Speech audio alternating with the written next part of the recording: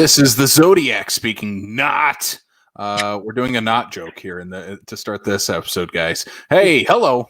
Wayne's World doesn't mean you have to start Wayne's World. Hey, why not? Why not? We're doing it. We're doing Zodiac this week as we are continuing David Fincher month. I am one of your hosts of the Backlot 605 podcast. I am Casey Calderman. Joined with me, as always, in his newsroom is Mr. Brian Mensing. My newsroom where I wish that I was always hanging around Robert Downey Jr. and Jake Gyllenhaal. Those would be good people to be hanging around with. That'd be a pretty wild newsroom to hang out in. And hanging out in his movie room with his David Fincher posters right behind him is Coming Soon's writer, Derrick Veurink. Derrick, welcome back. Hi, guys. Thanks for having me. Absolutely. And you have, aptly, right behind you is the Zodiac poster hanging right above you. Hell that wasn't planned at all. No, this was. I didn't spend a good portion of one of my evenings last night hanging these up. No, but what made you decide to retire the Avengers and replace them with Fincher anyway? Outside of the fact that we're talking about Fincher this month, because I had my Avengers posters up for at least a year, and I needed to swap them out, so I figured this was as good an excuse as anything. So here we are. Well, at least you replace them with good movies. Well, it's Fincher, so it's hard not to have a good movie, not to have a bad movie in here. So anyway. True that. I can't wait till we eventually do Pauly Shore month and Derrick has to put up his son-in-law poster. Shell out on eBay for that. What would have to be the three that I'd have to get? Because son-in-law in the army now, because that's just a very action-filled poster. Mm-hmm. Encino Man, because that's got more of an evolution. Biodome. Or the Biodome poster. Biodome. You might have to go with four, Derrick. There's a lot of Pauly Shore face in the Biodome poster, if I recall correctly. So that might be a tricky one. Yeah. There's a lot of face just in general between those two in that poster. Yes. A lot of weasel hanging on his wall, but we are not talking about the weasel this month. We are talking David Fincher, and we'll get into that here in the second half of the show. Well, maybe second of 2 hours after what we're going to be talking about, because, guys, this is going to be a long episode. I'm so glad Derrick is here, because this way we split up our three main pieces evenly. Well, not evenly, Brian. You have a whole lot to talk about in the news section. But I'm glad I got Derrick here to help back me up, because he's going to be a good resource for that too. Yeah, there's a lot going on, guys. But let's not waste any more time. Let's get into it. Let's get into the box office numbers here for this past weekend. Coming in number one once again is The Croods: A New Age. Little over $3 million here at the box office. Still. Nick Cage has taken his caveman club and clubbing over everyone else in the box office. The Croods: A New Age back on top for its third weekend in a row? Third week, yeah. Because Derrick, who would have thought it? Derrick, you had a chance to watch the movie. What are your thoughts on it? Still staying atop the box office this long. I mean, it's The Croods that, even though it's been a long, long time since the first movie came out, it's still a brand name. It's got some laughs. It's got some big star voices in there. Not just Cage, but Emma Stone, Ryan Reynolds, Peter Dinklage, all of that. And it's colorful and funny, so it's not surprising to me that, families are showing up for this, especially given that it's really the only newish family material out there in theaters for families to enjoy. So it makes perfect sense to me. Yeah. And again, we'll see that in the rest of this box office. There's not a whole lot in theaters right now. Nope. And one of those movies in theaters, though, right now is Half Brothers, continuing at the number 2 spot, a little under $500,000 at this weekend's box office.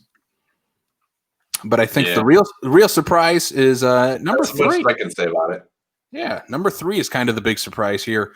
The re-release of Elf taking the number 3 spot, a little over $400,000. Will Ferrell back in the box office for the first time in a very long time for Mr. Ferrell. I will say this. I didn't see it in the theater, but thanks to Mr. Derrick here, I had the opportunity to watch this movie for the very first time since the last time we talked. Brian, what did you finally think of Elf?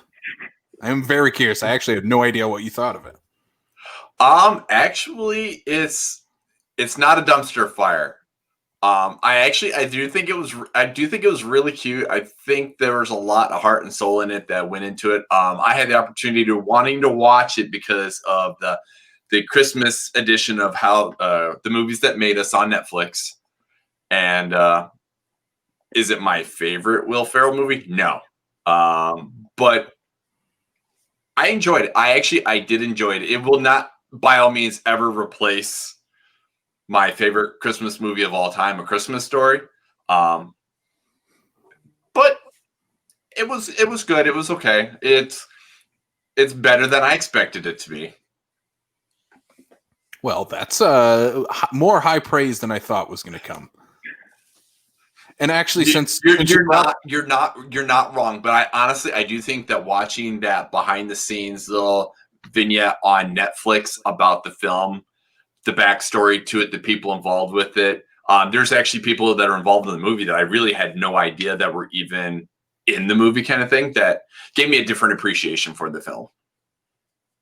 Yeah, after watching the holiday movies that made us on Netflix, I actually kind of want to rewatch Elf. I don't care for the movie, but maybe it deserves a rewatch. I don't know. Jon Favreau's in my good graces right now with a little TV show he's doing, so maybe it's worth a rewatch. And that's exactly why I went into it. When I literally in our chat was like, I can't believe I'm going to utter these words. Who can help me get secure Elf so I can watch this on purpose? So I do see why people enjoy this movie. I genuinely do. But for me, it's still not going to be the all-time Christmas for me, but that's okay.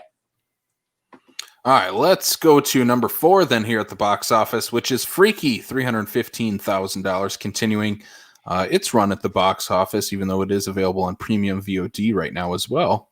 Mm-hmm. And then number 5, can't keep an old man down. The War with Grandpa, still in the top 5 box office, at least for one more week, with $265,000. Bobby De Niro still sticking in there. He's like, I got a one-up on Liam Neeson. This, I was going to say, Liam Neeson was the old man that wouldn't die at the box office, and then Bobby De Niro came in, and he's the old king of the box office right now. Yep. So again, that is the box office numbers. Number 1, The Croods and New Age, $3 million. Half Brothers, number 2, 495,000. Number 3, Elf, 400,000. Number 4, Freaky, 315,000, and The War with Grandpa at number 5, 265,000. Just low numbers. Those are low numbers, but you know what? The box office was low, but the news is high this week. Let's move on to the news. Ain't that the truth? Oh boy, do we have a lot to talk about. So let's get into it. Let's kick it off with our first piece of news. First piece of news is we have confirmed Alfred Molina will reprise his role as Doc Ock for Tom Holland's Spider-Man 3 that is a joint venture between Sony and Marvel. I go into this the same way I know that Derrick does, because him and I are on the same page about this here, is literally because of the Electro news, because of now this news. Everybody, the internet is, and the Twitterverse, and everybody is like, oh, these people are rumored, these people are, in talks with, until a credible source gives me the news. And this comes from a credible source. I believe this to be true, that Alfred Molina will be on for Doc Ock, which starts the whole idea of the whole multiverse stuff with Spider-Man. But until we have concrete or whatever, pretty much everything else other than what Electro and Doc Ock, I don't take anything that is being said to be true. I like this. I love his Doc Ock. I think this would be a great addition to this film. And I'm curious to see where they go with Spider-Man as they continue to develop and release who's going to be in the film. I guarantee there's probably going to be ones that they won't tell us until it's either somehow leaked with set photos or we get to the theater and there's a cameo we didn't see coming. Yeah, I'm I'm more inclined to believe everyone is coming back at this point with this, because it's like, who cares if Jamie Foxx comes back as Electro? No one liked him anyway. Why would we care? Unless that leads to Andrew Garfield coming back as Spider-Man. I mean, that Alfred Molina at least has, like, I think he's still one of the best comic book villains that we've ever had. I think he's the best Spider-Man villain we've had on screen, and I love that he is coming back. It's going to be nice to see him back on the big screen as Doc Ock. I think that this just further confirms that we are going to see Tobey Maguire come back as Spider-Man in this movie. And I would love if Marvel just does not announce that Tobey and Andrew are coming back, and we get it. I would hope it's not in the trailer, but it probably will be in the trailer. Their reveal that they'll be in this movie. So I kind of hope that that's the first time Marvel confirms it, is when we do get our first trailer for Tom Holland's Spider-Man 3. Then at the end of the trailer, we see Andrew and Tobey show up, and that's how we get the announcement, the official announcement from Marvel and Sony. I don't know. I mean, with Feige being involved, you know, there's going to be a lot of secrecy, but we also have Amy Pascal, so who knows what she's going to do. Although I will say that, you know, with the last Spider-Man movie, they were able to keep under wraps until it opened that J.K. Simmons was in it. So if that's possible, certainly it's possible here again. But again, we'll see. Yeah. Or they could show the whole movie in the trailer like Amazing Spider-Man 2. Sony has a track record. Yeah. Amy Pascal has a track record when it comes to Spider-Man. Which is why I find the collaboration between Sony and Marvel very interesting, because Sony's just like, throw everything in the trailer, reveal it all, and Marvel's like, don't reveal anything. Mm-hmm. Yeah, and look how that turns out for Marvel Studios anyway. Yeah, I'm excited for this. I'm excited to see Doc Ock back. I've never, didn't watch any of the Tobey movies in theater, so it'll be cool to see those characters on the big screen for the first time, for me at least. When it's announced, when it's official. Hey, I get Alfred Molina for sure. Yeah, I just mean for everything else. Derek and I will help try to keep you at bay. Yeah, I will. Yeah, and again, I kind of hope that I'm in the theater and they haven't confirmed Tobey or Andrew yet, and then they show up in the movie and Casey cries like a little boy. If they do that, I think you would potentially get the similar response as the whole Avengers Assemble with Captain America and Endgame. If everybody just kind of shows up right at the exact moment with no precursor to knowing it's going to happen, I think that would just absolutely blow up in a movie theater. Mm-hmm.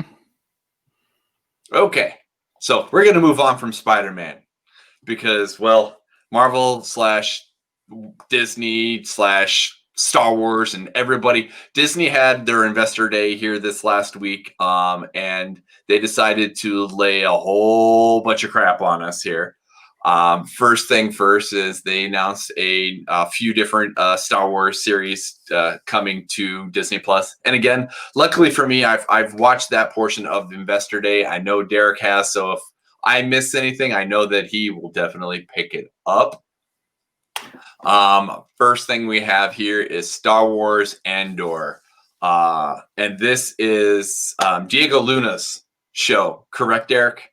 Yep, that's right. It is a formal spinoff of his character from Rogue One, Tony Gilroy, who basically took over Rogue One in the reshoot period. He's behind this series, so expect a lot of consistency with that movie, which I'm very excited for because Rogue One rocks. Yes, I agree. I really enjoyed Rogue One. I think it's nice to see Diego Luna to be able to reprise his role. The little bit of the behind the scenes during Investor Day, you really see the commitment and passion that he has for this character. And I think this is a good one that if you're going to do a spinoff from quote unquote that period of time for the Star Wars films, I think that's a good person to spin off from. Yeah, we've known about the Cassian Andor series for a while, and kind of getting our first look. They just entered pre-production, and I'm really excited about this. I don't love Rogue One, and partially that's because I don't love the characters. But if we're doing a whole series about us learning more about at least Cassian and probably K2SO, then yeah, I'm all for that. I would love to learn more about all those characters, and I think that's probably the right character to spin off into his own prequel series, because his backstory, which they kind of touch on in a few lines, is very interesting, because it was his parents and how they are involved in the Rebel Alliance, and how they were basically separatists, which, if we remember the prequels, were the bad guys. So it's very interesting to see how that's all will connect as we lead into Rogue One. And yeah, this series I'm very excited for. And the fact that you brought up KSO or K2SO is, give me anything with Alan Tudyk and I will watch it. This is the Alan Tudyk fan podcast right here. we love Tudyk. Yes. I will watch anything with him in it. Next thing is Darth Vader is set to return for the Ewan McGregor limited series Obi-Wan Kenobi for Disney Plus. And by Darth Vader returning, Hayden Christensen is coming to reprise his role as Anakin Skywalker / Darth Vader. Because does he got anything else going on? I mean, I'm curious as to where and how they plan on doing this. I assume that if you're going to have Darth Vader in this show and you're bringing back Hayden for this, I assume at some point here he's taking off his helmet. You're going to see a burnt up Hayden Christensen, maybe flashback, but it's been a few years since Hayden has made these movies, so he's not exactly got the boyish, that boyish look like he did 20 years ago. So, as much as I really, really want to see Obi-Wan Kenobi's limited series, and I know you did, Casey, what is your thoughts on bringing Hayden back to reprise his role as Anakin's Darth Vader? Yeah, I love this. Obi-Wan Kenobi is my favorite Star Wars character. I've been waiting for this series since Disney bought Marvel, or not Disney bought Star Wars back in the day. But yeah, to see that Darth Vader's coming back, I'm like, okay, that does make sense. I would assume they probably would have ran into each other between Revenge of the Sith and A New Hope, and to see Hayden come back. And I think the most important thing with that is fans want to see him back, which is such a strange thing, because I know most Star Wars fans hate his performance in Attack of the Clones and Revenge of the Sith, but all of a sudden fans are like, yeah, give us Hayden back, give us a Darth Vader series, or let him come back as Darth Vader in some form. And I think this is what we're getting, and I love it. I do think we'll probably get unmasked Darth Vader in this series now. I mean, otherwise, what's the point of bringing Hayden? Right. Hire a stunt actor and just have James Earl Jones, do the voice again. Yeah. So I think we're getting an unmasked Vader, or if there's some type of force communication between Vader and Obi-Wan, then we could see him out of the suit and kind of just, how in Anakin form. Yeah, in Anakin form, like what he would look like. So maybe that's what we'll get. I'm not sure. I'm very excited that Hayden's getting a second chance as Vader. Yeah, it'll be nice to see what he can do here with the guidance of a director who can actually steer his acting this time. But that's exactly what I was thinking of, because I do know that the whole idea of George Lucas is a visionary director in his right, but is not exactly the best when it comes to directing actors. Faster, more intense. Especially when you got somebody like Hayden Christensen, he had maybe 1-2 movies underneath his belt when he got cast as Anakin. If Pretty that, much. Yeah.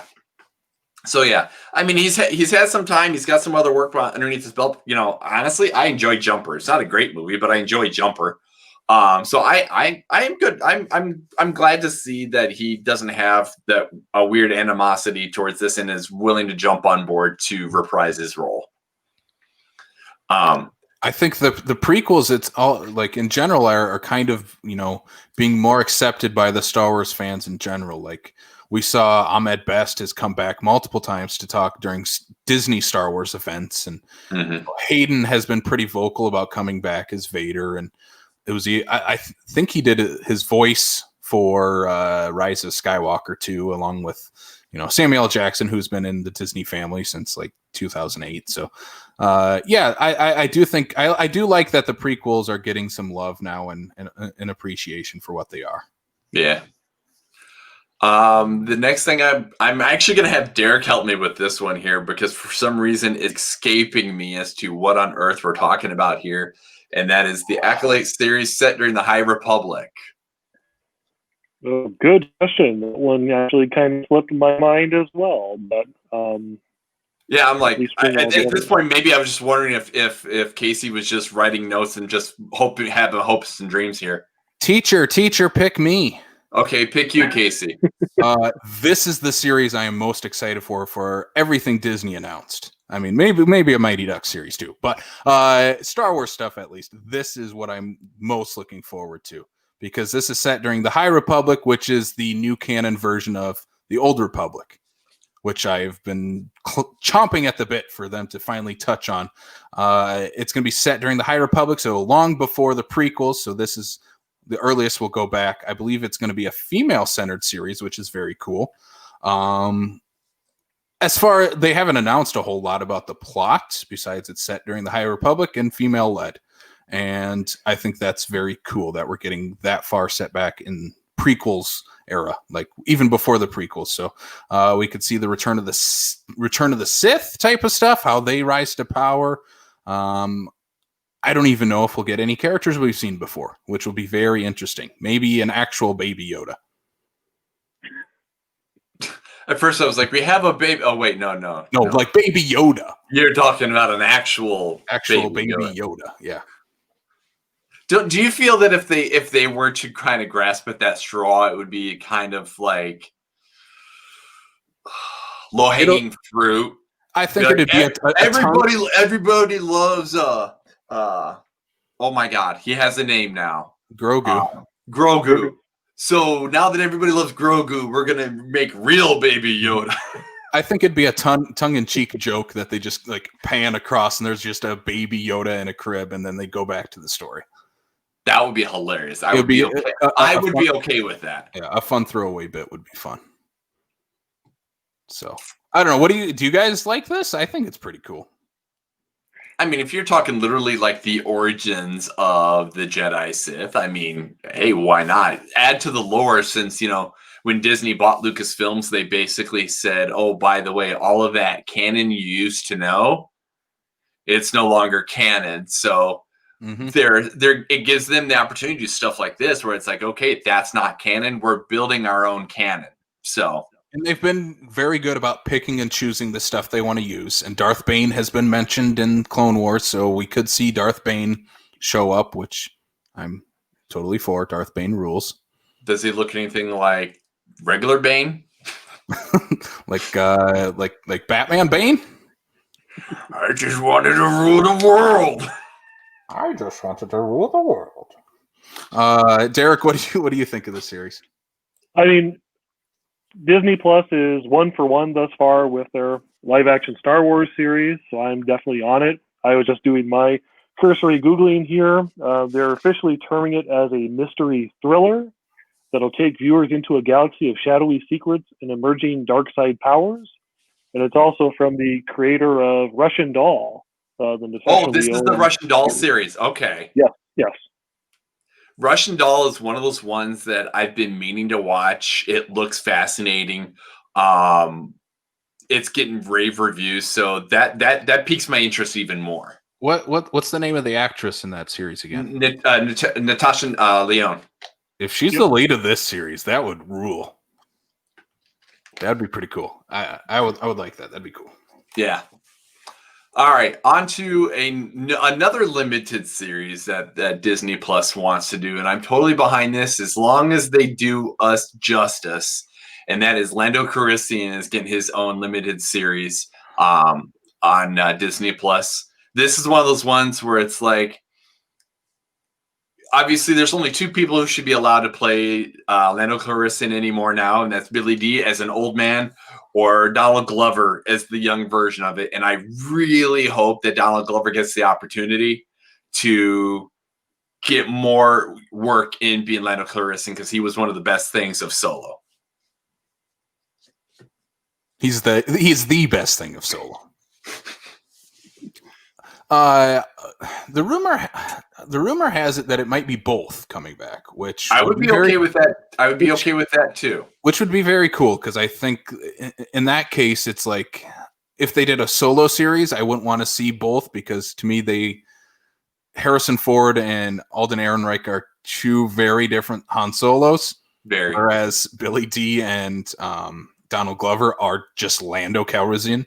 Like, that's it. That's who they are. So I would love to see both. And a Lando limited series is really cool. I think everybody's after the not success of Solo, but after it came out, people really wanted to see more of at least Lando was kind of what everybody was pushing for. And if this is how we get it, I'm all for it. I love.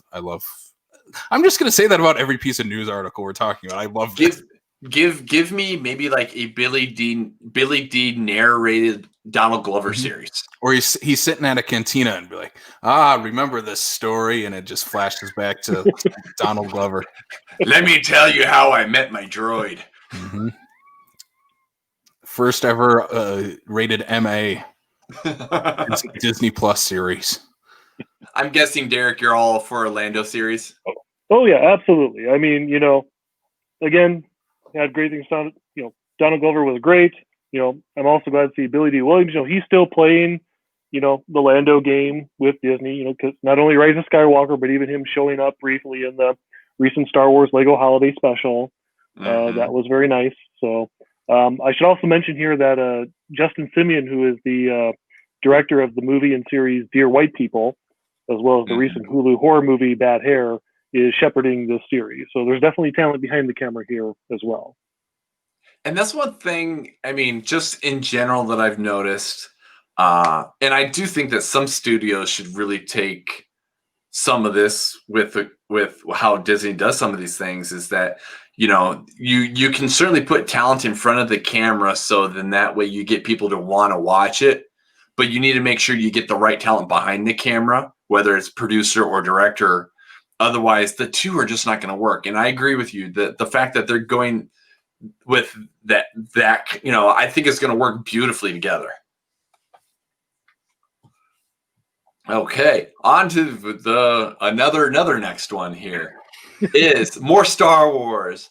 Anaska is getting her Ahsoka.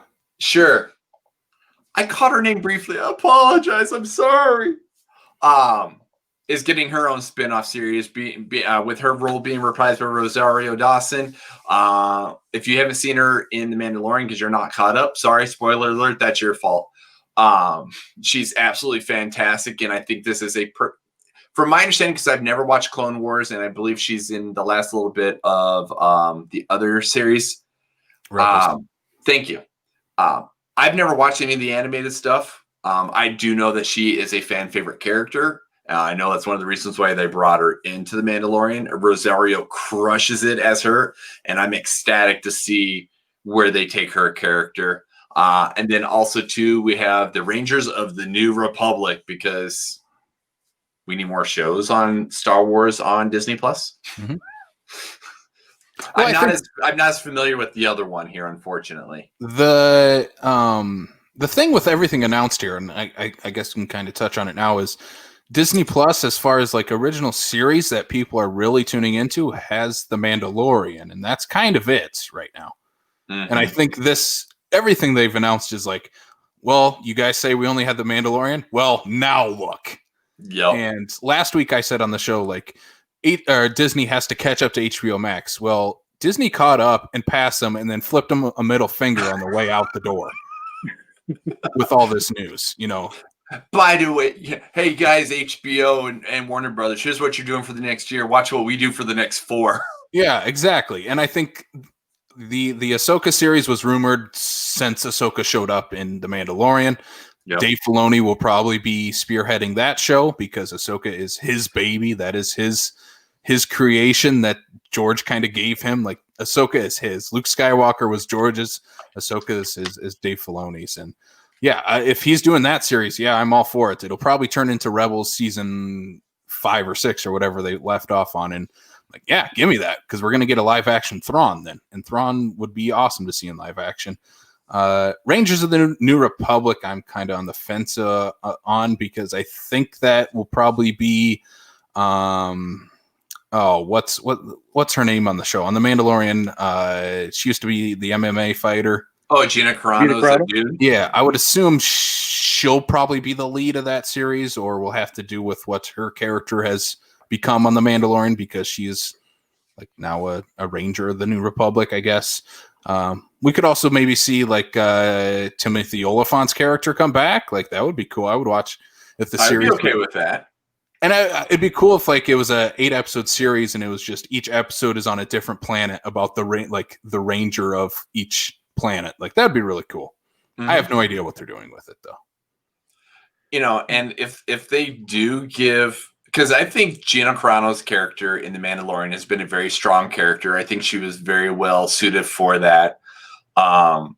If you haven't watched, I do recommend watching the little behind the scenes docuseries that they did on The Mandalorian. It's very fascinating, very eye-opening.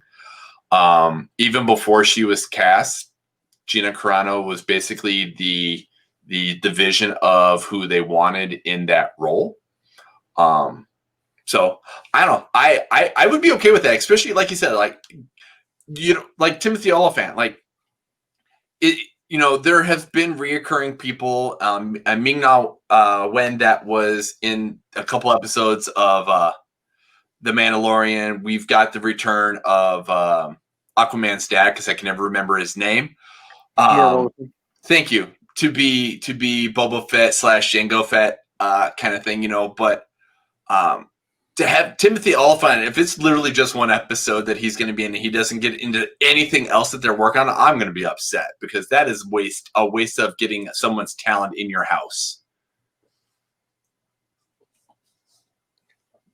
Is that where we're leaving this portion? I don't know. I don't want to just be the one just talking over everything. No, I'm stoked for both. Like I'm stoked for all of these, but Ahsoka series is going to be a lot of fun, because even since you brought up Tamara Morrison, like he'll probably come back as a clone trooper in Ahsoka, I would assume, and that would I would love to see a grizzled old stormtrooper pop back up.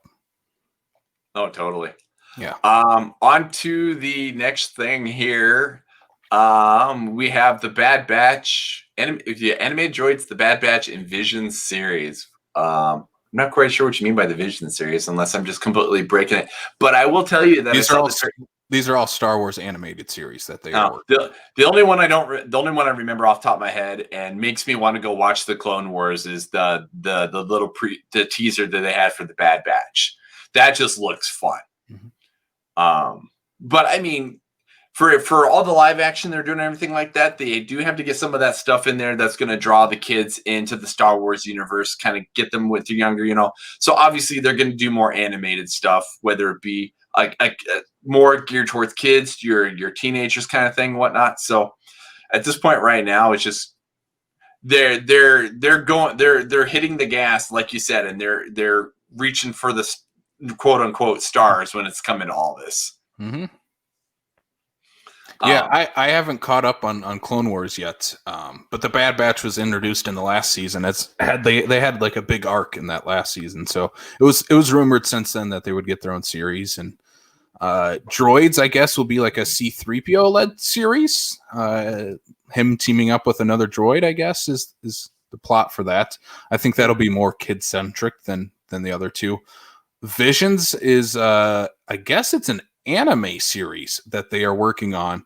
That's the limited run that they're doing with all the Japanese anime creators? Yes, and it'll be like different stories within the Star Wars galaxy. Which but it's all Japanese anime, from my understanding, which I think is a fascinating way to go about it. Be like, hey, you know what? There's this other kind of animation out there. We want to showcase it, and I think that's a good way to do it. Mm-hmm. Yeah, I love that idea of expanding the universe that way.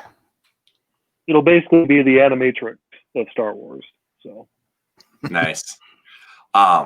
And the last little bit here that we have for Star Wars, because I appreciate the fact you put all the Star Wars together, Casey. Mm-hmm. And when I do mention similarly the fact that they're reaching for the stars, is that Disney has grabbed into the house that is the Warner Brothers and pulled out Patty Jenkins to direct Rogue Squadron film. which I think is absolutely fascinating. To get Patty Jenkins into the Mouse House to do something for Star Wars. Even though this is literally all we know is that she's doing a Squadron film, I'm in. I think this is a good pairing. I think she's a fantastic director, and I think that she's going to actually make an amazing film. Yeah, that little teaser that they put out, because when I first just saw the headline, Patty Jenkins to direct a Rogue Squadron movie, I'm like, okay, that's cool. Patty Jenkins is a great director, and it's nice seeing her bringing, a female perspective to the Star Wars movies, which we have not seen yet. But then I saw the title Rogue Squadron. I'm like, do we need a Rogue Squadron movie? Do I want to see just a movie about X-Wing fighters? But then I finally watched that little teaser that she did, and how much passion she had behind it. And one of her goals in becoming a filmmaker was she wants to make the greatest fighter pilot movie ever made, because her dad was a fighter pilot. And she said, well, that combined with my love for Star Wars, I'm like, okay, now I'm interested, because she has a deep passion for this, just from that little teaser that they put out. So seeing her behind this, I'm even more excited after watching that little teaser. Mm-hmm. Derek? Yeah, I mean, it would be easy to think that this is just going to be the Top Gun of the Star Wars universe, but there will definitely be more here. Again, as Brian alluded to, I'm still kind of impressed that Disney basically poached Patty Jenkins from Warner Brothers, especially given that she's recently been in some tough conversations with Warner Brothers about how they're going to handle the release of Wonder Woman 1984. So the fact that she's getting the shot here, the fact that she'll be the first female Star Wars movie director with this, even though we're still a full 3 years out from this movie coming out, because this is going to be the first in that alternating pattern of every year there'll be either a Star Wars movie or an Avatar movie. So even though it's still a long ways out, I think there's still a lot of good promise here. So I'm very curious how this will turn out as well. Mm-hmm. Are we seeing Wedge or Porkins in this movie? There better be. Can we hope? I can only say is because has Wedge come back at any point since the original trilogy? He was in Rise of Skywalker. That's right. He was in that for that little bit. Yeah. Well, the reason why I say that is because I question whether or not Ewan McGregor had to talk very well to his uncle to reprise his role, because I remember reading a thing about because Wedge is related to Ewan McGregor and told Ewan McGregor, don't do Star Wars because it'll ruin your career. So I was like, maybe Ewan is like, hey, no, I didn't kill my career. Here, do you want to get back in Star Wars? So I don't know. I'd be curious to see if they're gonna, bring him back in. That'd be fun. Especially somebody who's seen it all kind of stuff. It'd be really cool if they said it like during the original trilogy and just recast all the Rogue Squadron fighters, because I mean, those are characters you can recast. Like, true. I don't need to see the original actor playing Wedge. Like, he's a small enough character that you can easily just recast them. Yeah, that's true. One of the things that I do want to bring up that I found semi-fascinating, and I didn't even think about it until somebody else brought it up to my attention, is Disney's talking about what's happening in the next 4 years. We get all the Star Wars news, and the one thing that's absent from this news that did not come up whatsoever is the supposed trilogy that Rian Johnson's working on. That what happened to the Rian Johnson trilogy that was supposedly that they announced 2-3 years ago now. Basically, The Last Jedi happened, but that's when they announced that he was going to. But when he did The Last Jedi is when he got taken off of the Rise of Skywalker, and then that's when they announced his trilogy. Yeah, I don't think that will probably happen anymore. It's just there's been too much backlash from the fans on Last Jedi, and in most Star Wars fans' eyes, Rian Johnson's the devil, and which is unfair, very unfair. I would love to. I thought it's a fantastic film. It is, but yeah, and he's a fantastic director. I would love to see him do an actual trilogy, but I just don't think it'll happen right now, because I think the only ones that are at least confirmed so far are Patty Jenkins and Taika Waititi are doing movies. Yep, those are the only two. Which I do think is funny is that they didn't really talk much about Taika's either, though, too. So his was probably going to be a few years out still, too. I think he's busy doing another property that we'll talk about in a minute. And he's working on The Mandalorian, too. Don't forget about that. That he is. Speaking of that, hey, look, there was a bunch of Marvel news available for the Disney Plus thing. Disney Plus and what they've got going on, all that fun stuff and whatnot. This first one here, I don't even care if this is live action or some sort of version of an animated version of it, but I want to see this happen. Samuel L. Jackson and Ben Mendelsohn are to return for Secret Invasion. I believe Secret Invasion is supposed to be a limited series, but to see Nick Fury and Talos coming to Disney Plus is absolutely fantastic. Like the weird chemistry that these two have in Captain Marvel, I absolutely love, and I cannot wait to see where they go with this, which probably leads into the teaser of Nick Fury when he's up on that ship, when he's not really where he says he is. So, what are your thoughts, Mr. I'm not as much into the comic book stuff as you are into Star Wars, Casey? Oh, I love this. As soon as we saw that the Skrulls were going to be in Captain Marvel, I'm like, all right, that means we're getting Secret Invasion at some point. And to see it as a series, I'm a little not disappointed. I'm glad we're getting it, but I wish it was a big storyline where like some of the Avengers weren't the Avengers and stuff like that. I guess we could get that in this limited series, but I don't know. It's going to be fun to see those two, Ben Mendelsohn and Samuel Jackson, banter in this limited series. I'm wondering when it's set. I wonder if it is set after Captain Marvel or if it's set in the present time, and Ben Mendelsohn's just playing a form of Nick Fury and Samuel Jackson gets to play him that way. I'm not sure. There's a lot of ways you can go with it. Oh, totally. Derrick is silent. Yeah, I mean, you basically said it there. I mean, these two guys are great at what they do in the MCU. Mendelsohn in particular, going into Captain Marvel, where it's like, oh, Ben Mendelsohn's just going to play his umpteenth villain, and then he turned out not to be that. So the fact that he gets to spend more time, as Talos is excellent by me. So give me a series if that's what it takes. I absolutely loved him as Talos in Captain Marvel. And I do love the fact that he kind of played he got to play human, he basically played a dual role in Captain Marvel. So he got to at least be able to have at least a little bit of screen time where he didn't have to be in the makeup and whatnot. But no, you're absolutely right. You're like, oh, hey, look, he's going to be another villain. And then he turns out the Skrulls are actually good. And no, I'm all for this. Just any reason to give me more Sam Jackson's Nick Fury on top of that too. I think this is a great one for them to put together. On to the next one here. Derrick might have to help me with a little bit this one here. I don't remember much about the Iron Heart. Armor Wars is going to be a limited series as well that is going to star Don Cheadle as Rhodes, working in regards to all of that.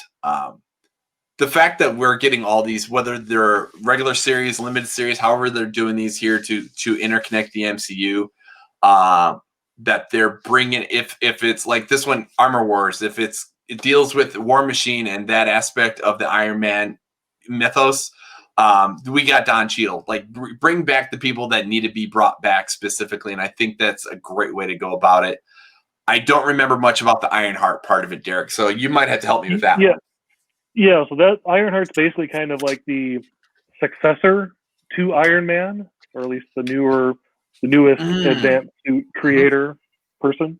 So, and I know there was some talk about like the internet saying like, oh, maybe that offers up a route to have like some sort of Tony Stark appearance, even though I do not expect RDJ to come back at this point. So, but still, kind of along the same lines of, taking the elements of Iron Man, and working with those as separate entities now that Robert Downey Jr. is no longer with us in the series. So it works for me.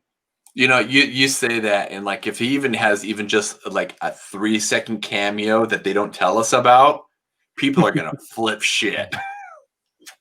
Did you see that? God! Oh my God!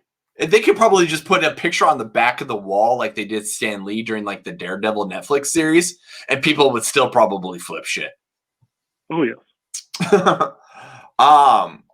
Yeah, Casey, you're gonna say something. Yeah, this is really cool. I was not expecting some of these series. I was not expecting them to announce like that they're doing an Ironheart series. Like that's pretty deep cut Marvel stuff, and which is like basically a female led Iron Man in this version, which is very cool. I like to see. I would assume we're taking place after Endgame with this. That Tony's gone. Now a new person's kind of stepping in to be a kind of a new Iron Man in a way, and I do like that we're getting a Rhodey limited series that's about people using and stealing Stark tech, and that's how we're getting in this Armored War series. I think that's really cool. That's really interesting, and we could see some characters return in that one. I would not be surprised if we saw a certain Sam Rockwell character show up in that one. Oh my god. I would be completely okay with that. I really would be completely okay with that. But you did kind of sort of mention something here that we really haven't brought up with the fact that, with at least for the sake of the Marvel stuff, is the fact that it is on record that the series, whether they're limited or however they're functioning on Disney Plus, are going to be interconnected with the live action films that are coming to theaters. Like say WandaVision, for example, is directly tied into the Doctor Strange film as well, with Elizabeth Olsen, and then the gal who's playing Rambo, the grown-up daughter from Captain Marvel. So I liked it. So that makes me wonder, like you said, about post Endgame. Obviously, at this point right now, this is either Ironheart would have to take place at some point congruently with during the Infinity War saga, or this is going to be obviously directly thereof, maybe as a result of Endgame, and because now that we don't have Tony, that is why she builds this new Iron Suit. Thoughts? That's what I'm thinking. Yeah, definitely the latter. Yeah. On that here, we did get news in regards to James Gunn's Guardians of the Galaxy Volume 3. I think they said like a 2023 release date. Yep, that's right. But while they are filming the 2023 release date of Guardians 3, they're going to be filming the holiday special that will release Christmas of 2022, which I'm all absolutely floored by this. I love this idea, and if this is one of those things that I hope it's literally just an offshoot, just for fun, kind of like what that Lego holiday special was, where it really has no connection whatsoever, other than the fact that they get this opportunity. But the holiday special will be written and directed by James Gunn while he's simultaneously working on Guardians 3, as well as there is going to be I don't remember, Derek, was Baby Groot supposed to be limited or just a long form animated series? I would think it's a short one here. I'm going to pop it up here just to confirm. But in terms of Baby Groot, I think Groot, it's going to be like a very grand deal. But I think this is supposed to be more like a kid-aimed show. Yes, it's supposed to be like a lower, like a smaller, full-on animated Baby Groot series. Yeah, and that one I would say probably is going to be one of those ones that it's not going to be intertwined into the MCU. If they figure out a way to do it, I think it'd be absolutely hilarious, and I hope that James Gunn would figure out a way to be able to do that. But I don't know if he has any involvement with that series, though. Huh? I would guess not, but yeah. He probably some point has probably got some producer credit on there because he created Baby Groot. Well, in the current form that he is. Yeah. I do like this Guardians of the Galaxy holiday special, though, because when they did Guardians 2, they had that music video that came out with it, which was perfect. And if it's the same type of tone as that, I'm like, yeah. And James Gunn understands probably what they want to go for with a holiday special. I could see them riffing on the Star Wars holiday special in certain segments of this.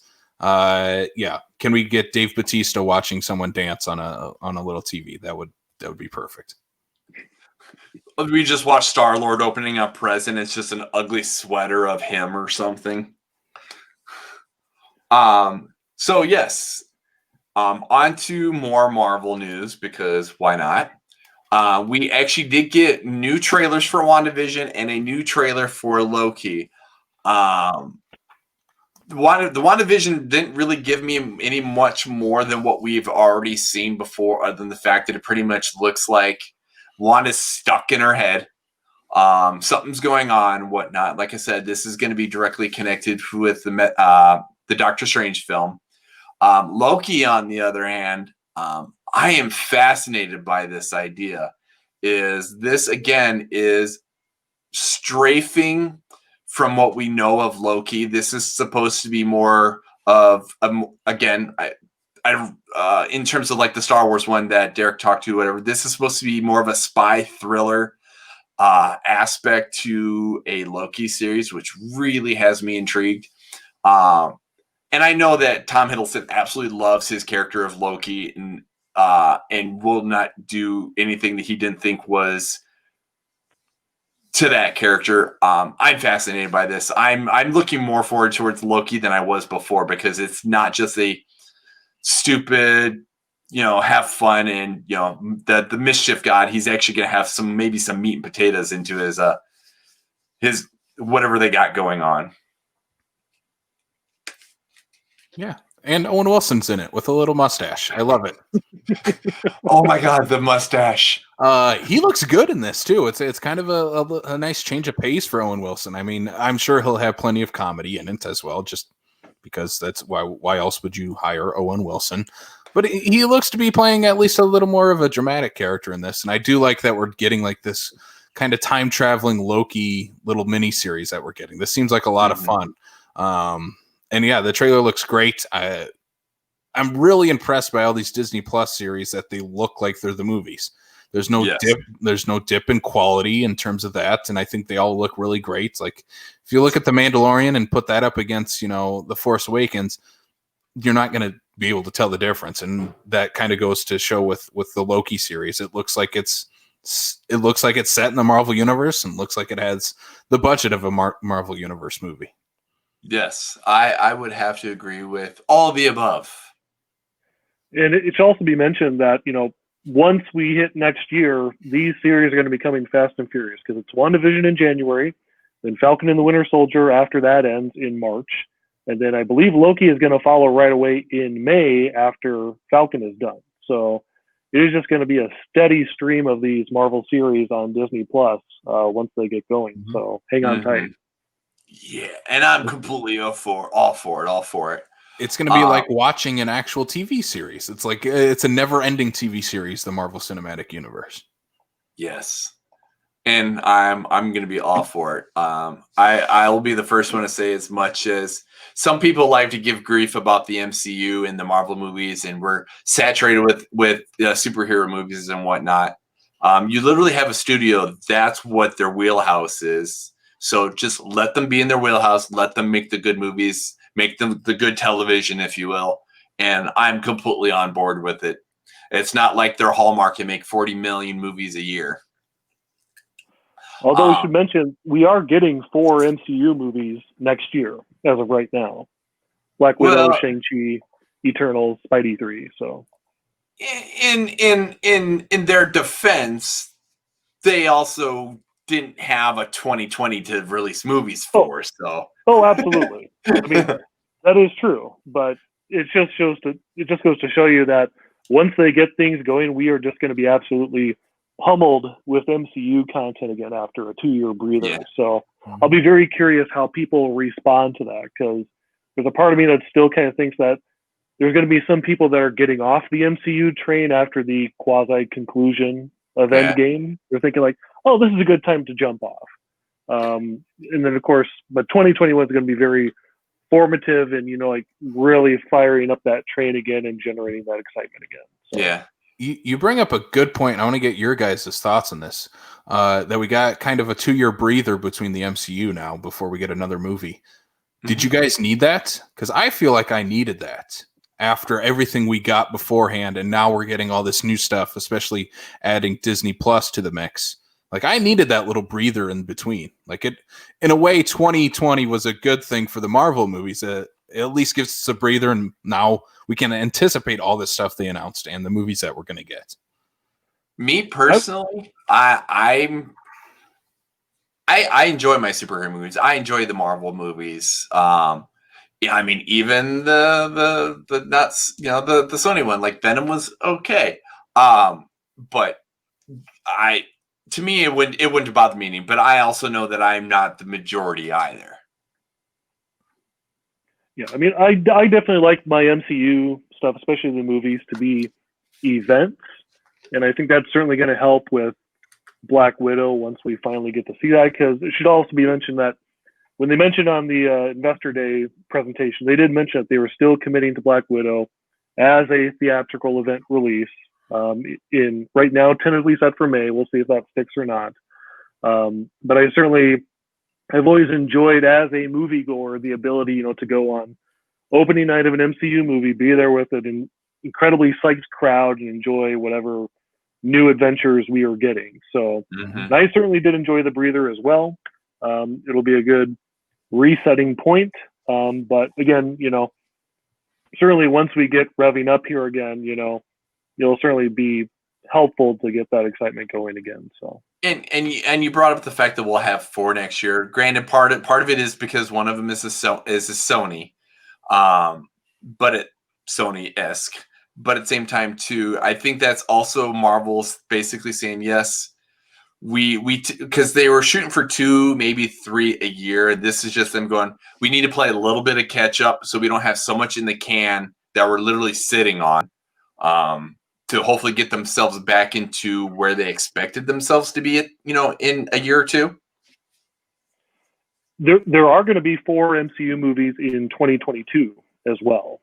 So, because it's Thor 2 and Captain Marvel 2 and Doctor Strange 2 and Black Panther 2. So that's their 2022 right there as well. Okay. Hold on tight. Hold on tight.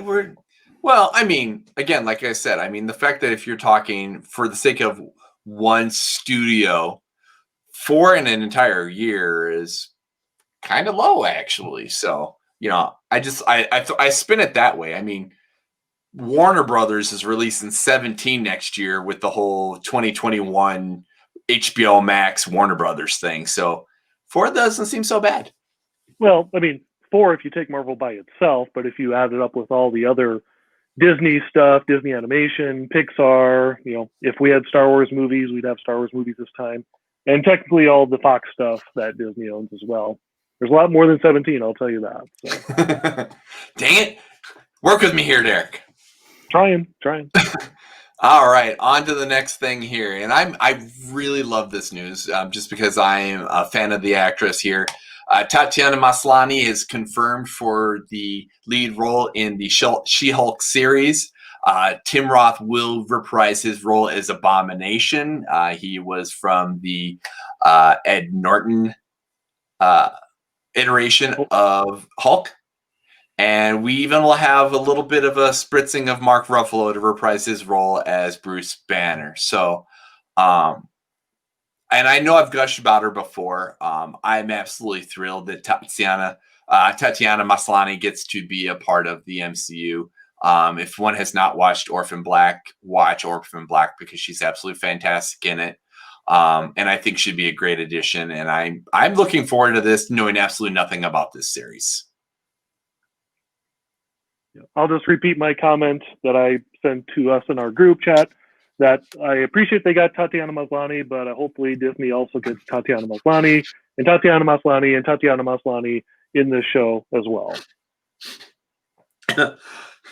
Damn it, Derek. Will you forewarn me before I take a drink of water before you make an Orphan Black joke? I had to do it. And that's just what I'm saying, is the fact that we have somebody who has the range to pull off multiple characters simultaneously for one scene. The fact that she can do that for Orphan Black, I'm curious to see how she translates She-Hulk as just the one character.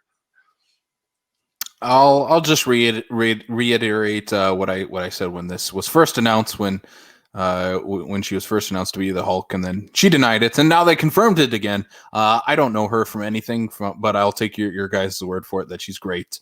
I do like that we're getting Tim Roth back, because they kind of, push the Ed Norton Incredible Hulk movie to the outside of the MCU in a way, besides, some smaller characters and brief mentions in that. But to see like the villain from that movie show up in this series is very cool. I would love to see more of that movie mentioned. I would love to see Tim Blake Nelson's Leader come back. I think he would be a great villain to throw in one of these movies. And Tim Roth, I think, as Abomination, is a really fun villain. And maybe we'll get to see him as that version. I don't know. I would assume we'll probably get to have the human version more so. But yeah, this news is really cool that the big Hulk characters are coming back for the She-Hulk series.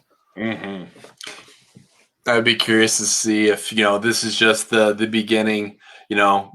Bring us in with like Tim Roth and stuff like that, and if we have any more Hulks show up that we don't know about yet.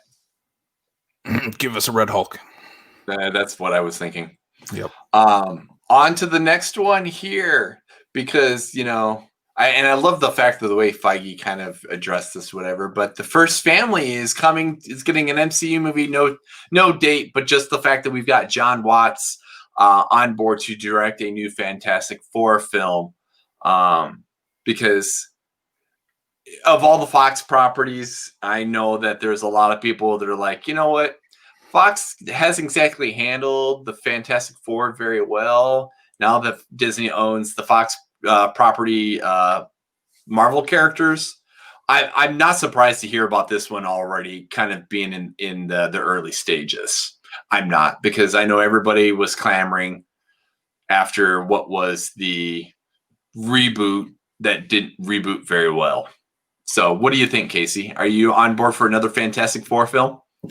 I find this news really interesting because, in any other week, Marvel announcing that they're doing, hey, we're doing a new Fantastic Four movie, and the guy who did, the last two Spider-Man movies is going to do this one, would be huge news. But when we're talking about everything we're talking about today, it's kind of just lost in the shuffle, which kind of sucks because, when we heard Disney bought Fox, that was the first thing, comic book fans thought of was, when are we getting Fantastic Four? When are we getting X-Men? X-Men I can wait on for a little while. Because they've done it right multiple times. Mm-hmm. But as far as Fantastic Four goes, I'm like, they haven't done it right at all yet. So let's do it right this time with Fantastic Four. And yeah, I don't love the John Watts. Like, John Watts doesn't excite me that he's doing this. I would have liked to see maybe a new director step in altogether. That would be really cool. But again, until we see some casting news and some more story about what we're doing with Fantastic Four, I'm still tentative on it. But yeah, you can only go up from what they've done with Fantastic Four. There's no going down from where they were. The one thing that does disappoint me about this news, and I don't know if you guys knew this or not, but Peyton Reed, director of the Ant-Man movies, was actually working on a Fantastic Four movie in the early 2000s at Fox. And he was going to make this big, splashy, set in the 1960s origin movie. But he ultimately got canned from that after his Fox 60s romantic comedy Down with Love with Renee Zellweger and Ewan McGregor bombed at the box office. So there's been this hope from the fans that, when Peyton Reed got brought on to replace Edgar Wright in the Ant-Man movie, and then went on to do Ant-Man 2, and as we'll talk about in a little bit, Ant-Man 3, the hope was that Peyton Reed would be able to finally come full circle and get to steer this new version of the Fantastic Four within Marvel Studios. And so I was a little bit disappointed in the news for that reason with the John Watts announcement. You would figure, well, John Watts got to be busy with Spider-Man movies to take care of this. But then again, Peyton Reed's kind of got his corner of the MCU with the Ant-Man stuff. So I guess it is what it is. Well, and, for the most part, if one thing I can certainly say for the sake of the MCU movies is once they've got that one director, that person with that certain vision, i.e. Guardians or the Russos or anything like that, they kind of just, they stay in their wheelhouse. And the fact that Peyton Reed has been working on Ant-Man I don't foresee, regardless of the fact that we got Ant-Man news in the first place, is the fact that, he may have been working on it, but I think that's a ship that's been sailed, and he's in doing his thing with the Ant-Man stuff. I couldn't see them, turning ship and be like, oh, well, we'll have somebody else do Ant-Man while we have him go work on the new Fantastic Four, since he had this iteration that he was working on 20 years ago. Yeah, I'm not excited about either director, but that's just me. I would have liked to seen like some wild pick to throw in the Fantastic Four. Here, this is the one thing I will say, for maybe for the sake of the John Watts thing, is you make reference to the Spider-Man films, right? But these are also Sony Spider-Man films, and that maybe having John Watts with a producer like Feige, with a studio like Marvel and whatnot, maybe we'll get a better version of a superhero movie, something better that we would expect John Watts to produce than what we got out of the Spider-Man films. I think Marvel and Feige have had their hands fully grasped around those two Spider-Man movies. No. What, the Amazing Spider-Man films? No. John Watts did the Tom Holland Spider-Man movies. Oh yeah. So he's been in that family he's done both, and he's doing the third one, correct? Yep. Yeah. So again, that's the same thing with Peyton Reed. It's like, how do you pull him away from Spider-Man to do this now? But maybe he's done with Spider-Man after this third one. Maybe they're bringing Sam Raimi back now that he's back in the family. I don't know what's going on. What's all happening here? All right. We're not even halfway through the news. I don't know what's going on. You might be right. We might hit 3 hours. People are going to stop listening. Yeah, we'll rush through some of these that aren't that big. Yeah, you say that. Like this one, Ant-Man. It's not that big. Damn it, Casey. Yes, Ant-Man and the Wasp, Quantumania, Peyton Reed's third installment of the Ant-Man franchise. Everybody, at least for the four main people, they expect to return. Paul Rudd, Evangeline Lilly, Michael Douglas, Michelle Pfeiffer, all to return for Ant-Man and the Wasp. That's the only ones they alluded to. You can't tell me you're not going to have an Ant-Man movie and not have Michael Pena come back. I imagine T.I. and pretty much everybody else that has any sort of significance to the roles are probably going to come back. I absolutely love the Ant-Man movies. They're not the huge slam hit, box office bad boys that like some of the other ones are, but I freaking love Paul Rudd's Ant-Man, and I will go see this hands down, regardless. The other thing they announced with this is that Catherine Newton from Freaky fame is also joining the cast. That's right. She's going to play Cassie. She's going to play the daughter. Which, after, like you said, for the fact of what I've seen her from Blockers and from Freaky, I'm okay. I think she'll add. I think she'll have a very good chemistry opposite Paul Rudd. Oh, sure. When are we getting Hulk Hogan announced for this? Joining Quantumania, brother. That would be pretty awesome. I don't know what they're doing with Quantumania. I love the title though. That's just it. I don't get the title at all. I never read anything Ant-Man when it came to the comic books and whatnot, but that title makes me go, I don't know, but I'm in. Yeah. The only Ant-Man I read is not the Ant-Man they're doing, so I don't know what they're doing with Ant-Man. Yes. The Ant-Man I read was Michael Douglas's character, which now they've made him an old man. I'm like, I don't know what's going on. What's happening with Ant-Man? He's old. He's old. All right. So on to the next one here. Is in our Captain Marvel sequel, we have Miss Marvel, who has been getting a whole lot of steam, and I absolutely love the fact that they're going to showcase her in Captain Marvel. And there's more to Miss Marvel, isn't there, Derek? Well, this is part where they were talking about the interconnectivity, because again, Miss Marvel is going to have the series, but they're going to have her character appear in Captain Marvel 2, which again is directed by Nia DaCosta of Candyman fame. So that was a big thing that Feige made a big point to really drill in, is that everything's going to be connected between these TV series and these movies. So make sure you're watching everything. Well, what made me start questioning myself is because Casey didn't have anything in here for about Miss Marvel series. I'm like, wait a minute, I know there's more. Mm-hmm. Yeah, I just kind of combined it with this. I love what they're doing with the Miss Marvel character.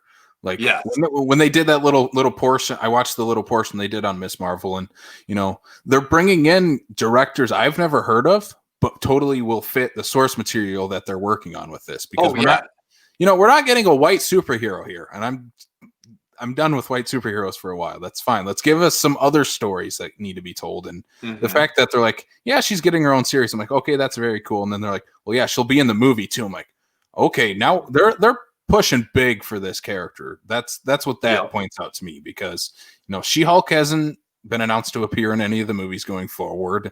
They haven't announced that we're getting more Ben Mendelsohn's character. We're not going to get more of him in movies. They haven't announced that, or Ironheart's even appearing in any Iron Man spinoffs or anything like that. But the fact that they're throwing Miss Marvel in with the $1 billion making Captain Marvel is huge news to come out of the MCU.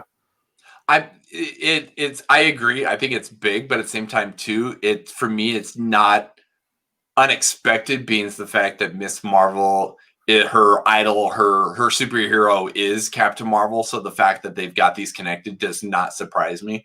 But I do agree with you, though, is the fact that Miss Marvel is a teenage Pakistani, female superhero. Mm-hmm. And, like you said, I mean, again, yeah, I agree. We're talking about people who are doing the series that you and I have never heard of, but that's not necessarily a bad thing. That is just because they're going to the right people to make the right moves to give the source material the proper treatment it deserves. And I completely wholeheartedly stand by that. I mean, even the little teaser they did for it looked great. And again, you're talking about people that you and I don't know from anybody. Mm-hmm. And even the actress that plays Miss Marvel, I don't know her from anyone. And I'm all for that. I want more unknowns in the MCU. Yes, absolutely. Until we get to this next piece of news where I'm like, yes, give me him. I'm just contradicting myself now. Yeah, you're a little bit here. So we will go on that here. So the next big piece of news is for Thor Love and Thunder is Christian Bale has been confirmed to play Gore, the God Butcher.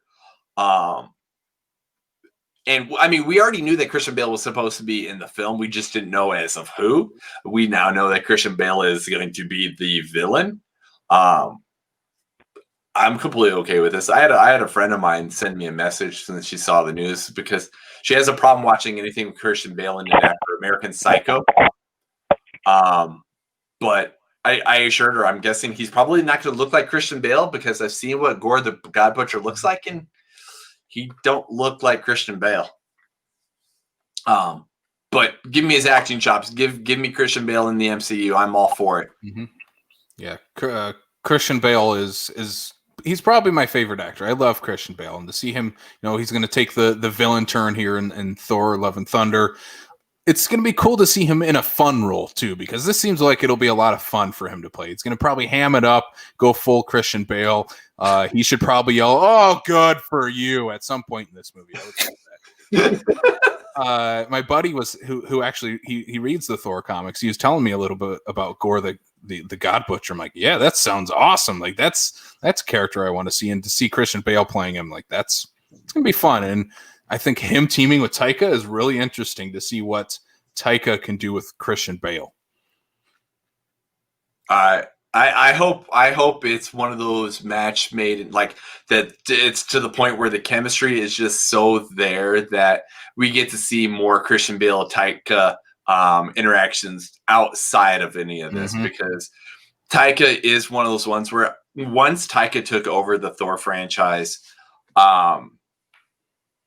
he definitely has a different kind of style, and it's one you have to understand that he is who he is and whatnot. And like, if that chemistry works, I want to see just those two together. I think would just make a fantastic movie, just in general. Period.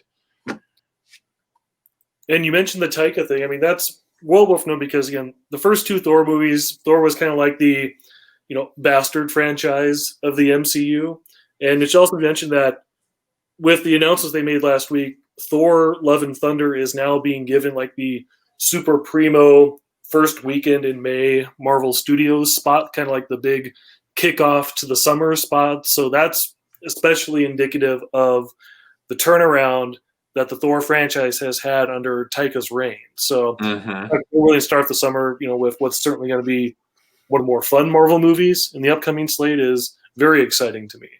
Yeah, I do. I think that, because Chris Hemsworth was relatively semi-unknown, at least stateside here when he did the original Thor, and was trying to be really serious and whatnot. And I think that Taika really helped him crack the mold and says, you know what, you can still be a superhero and still have fun with it. Yeah, Hemsworth's always been a funny guy. Even the first Thor movie when he was doing all the fish out of water stuff, he definitely demonstrated, he can look hunky, he can be an action star, he can have laughs, he's the full package. He just wasn't utilized to all those strengths, and I think now they've really got it down. So exactly. Just give me Thor. Just give me more Thor. Onto some good / sad news. Is the fact that they did bring up in regards to Black Panther 2. Like you said, Black Panther 2 is slated for 2022. I believe they'll start working on pre-production really soon here, but they will not be recasting Chadwick Boseman, which I do think is a very honorable thing to do. So it means essentially Black Panther won't have what we expect to be Black Panther. They haven't said how they're doing about it. I imagine Coogler is going to keep that under some strict wrap for that. There's been speculation that, I not hand the mantle over to Shuri, which, hey, if you have another female-led superhero film, and Letitia Wright, I think, is a very strong candidate for what she did for the first Black Panther, I'm completely all for it. But I think not recasting Chadwick Boseman is a very intelligent move. It'd be those things that maybe if we had a Black Panther movie in a few years from now or something like that, but it'd be too soon for the sake of dishonoring what he put into the first Black Panther and what he accomplished and what that movie accomplished just for cinema, superheroes, all that in general.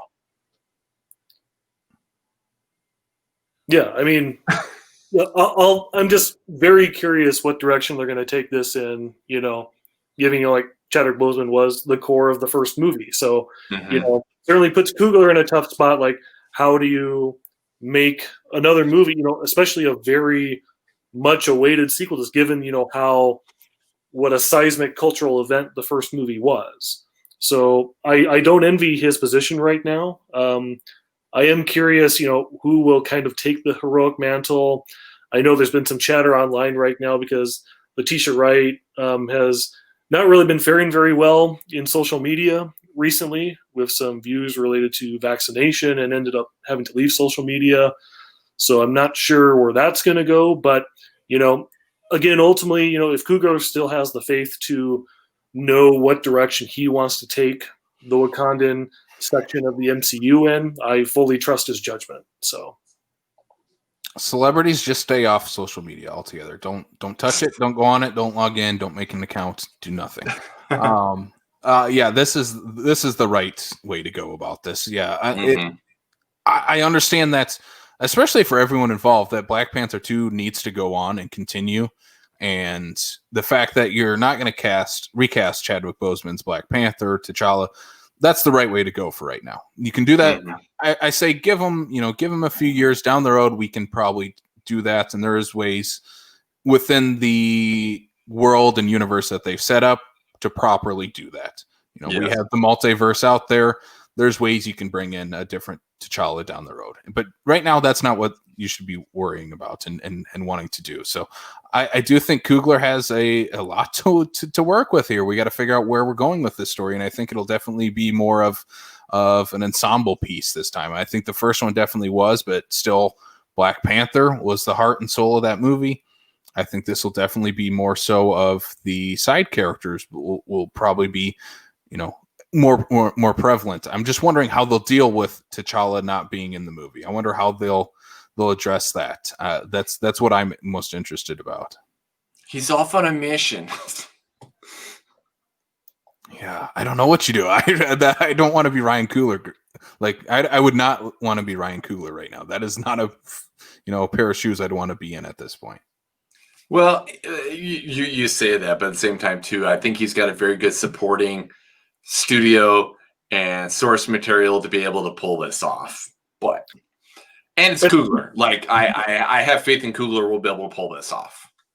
And I think you also have a lot of goodwill from the audience, understanding, this is, we're in this situation, for, very honorable, and sad reasons. People understand why this change is happening, and I think that'll give a lot of leeway there as well, to encourage, whatever new direction this heads in. So, Well, it's not like he's getting fired like Terrence Howard. ooh. All right, on to the next thing because my God, it's still going. All right, Harrison Ford set to return for Indiana Jones 5. I thought this was already something we already talked that. This is old news to me, if I remember correctly. Yeah, so this was part of the Lucasfilm Kathleen Kennedy presentation where they were actually starting to present on Lucasfilm items that weren't Star Wars. So they did reaffirm Harrison Ford's in play. They did reaffirm that James Mangold is directing. Really, the only new piece of information I got from this is that they were saying that they were hoping to start filming in late spring of next year to hit that summer 2022 release date. So that's right. Because Harrison Ford needs to have another Indiana Jones film movie. Oh, he needs to redeem himself. The other thing I remember is that I believe that Kathleen Kennedy said something specific about calling this the fifth and final Indiana Jones. Yes, she did use the word final. I do remember that as well. All right. Yeah. So the next thing we have here, Noah Hawley doing an Alien series. This is in conjunction with Ridley Scott.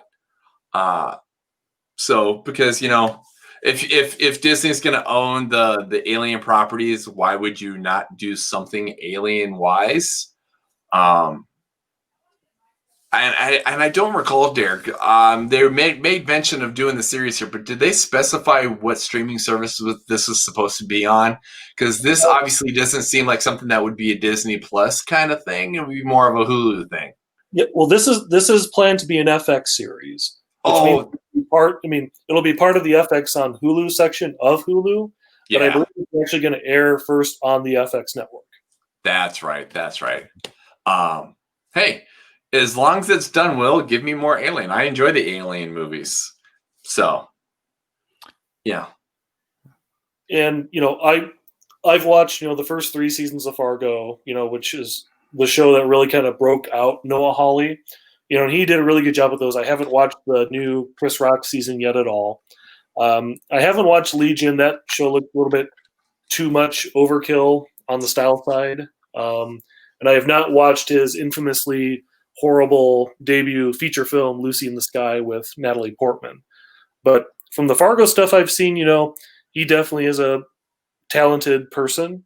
I'll be curious how he handles the Alien property. The one thing they also mentioned is that this series is going to be set on Earth. Yes. So we'll see what that plays with as well. This is going to be on FX. This is not the FX series I care about. This.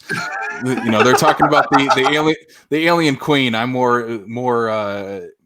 excited about the Golden God coming back for 4 more years. The fact that It's Always Sunny is going to become the longest running sitcom of all time, and that we're getting at least 4 more years of Sunny. It's going to outlive Danny DeVito, which is all right. There's jokes that you can write about that. So yeah, give me more Sunny.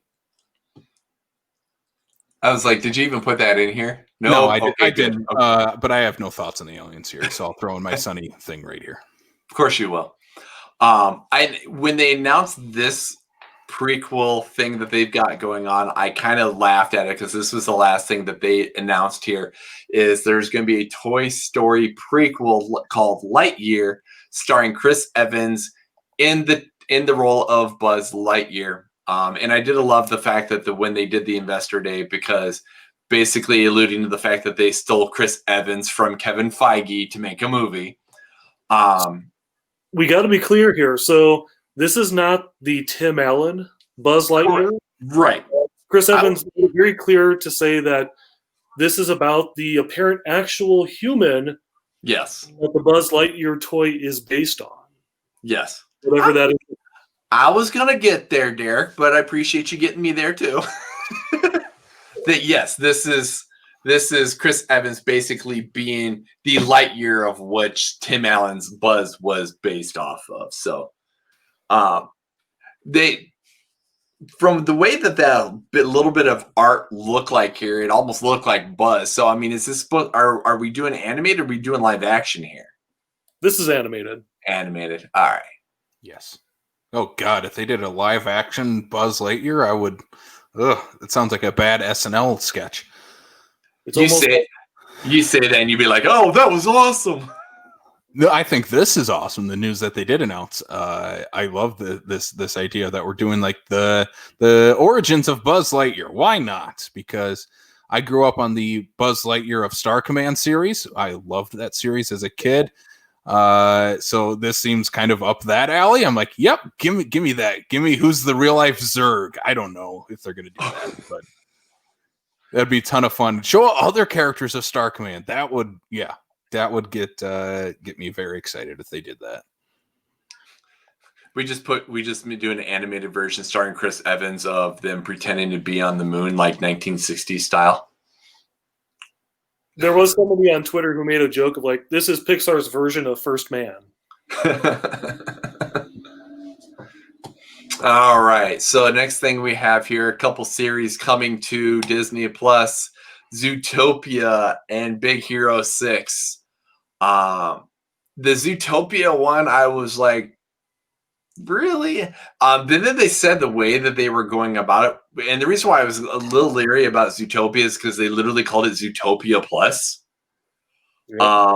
But it was basically, it's gonna act almost like a channel where we have different shows of these characters from within the Zootopia series, including one of like Flash. Once I saw that they were going to do something in regards to the Flash from the DMV, that's when I got sold, because they're showing Flash and the other gal in a club trying to dance. And the definition of slow dance is definitely there. Big Hero 6, I really enjoyed Big Hero 6, and I know that they've had very good success with the animated series that they had there. But this is not the Big Hero 6 that we're used to, movie-wise or series-wise. This is going to be the character when he's in his normal routine. Derek, you might have to help me clarify how this is going. That it's the Baymax character, right? Yeah. Yeah. That's all I have to say. I haven't watched either of these movies, so I have no opinion on this news right here. Okay. And this is one of the recurring themes is they announce, like, and maybe this is in the upcoming lister, but they announce like a ton of series based off of the, various animated movies on both the Pixar side and the Walt Disney Animation Studios side. I know there was a Moana series. There was a Tiana series from Princess and the Frog. There's a Cars series where Lightning McQueen and Mater were going to go on a road trip. There was a series with Doug from Up. I want more Doug. I don't care. I want more Doug. Give me more Doug. Doug Days looks amazing. Since we're on this topic, I didn't put this in the notes at all, but the fact that Pixar is doing series now for Disney Plus is really cool because they haven't dipped their toes into series yet. So to see Disney really using every resource that they have at their disposal to keep their streaming stuff going is I'm really excited about what they can do with Pixar series going forward. That's really cool. Well, they do have a little bit because they've got the Forky stuff on Disney Plus. So they've started to dip their toes in there a little bit here. Yeah, but of course, going back into the deep Pixar catalog to pull that off, I think that's kind of what Casey's getting out there. Yeah, they're really pulling into that. So, I would agree. Next thing we have here, which to be honest, I'm not sure if I even realized this was going to be a movie.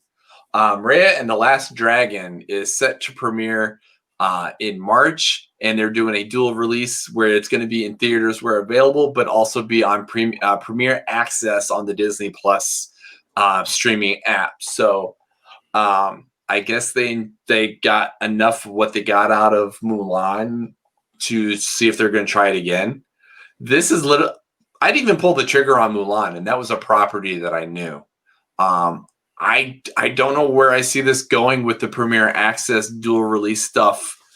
Paying extra for this movie on Disney Plus. I don't see how this is going to work because we're talking about a new property, new anything, and it's like, would you, Derek, if you couldn't go to the theater, would you? I mentioned, would you spend extra money on something you've never heard of?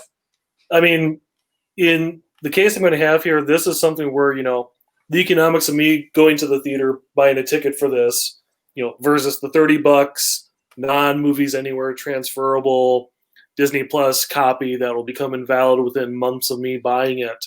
I'm not going to shell out for the Premiere Access. You also mentioned, that this is an original property that they're trying to launch, and it's especially fascinating because, again, this is going to be coming on the heels of another original animated movie, Soul, coming out, on Christmas Day, that is avoiding Premiere Access completely and just being given away for free.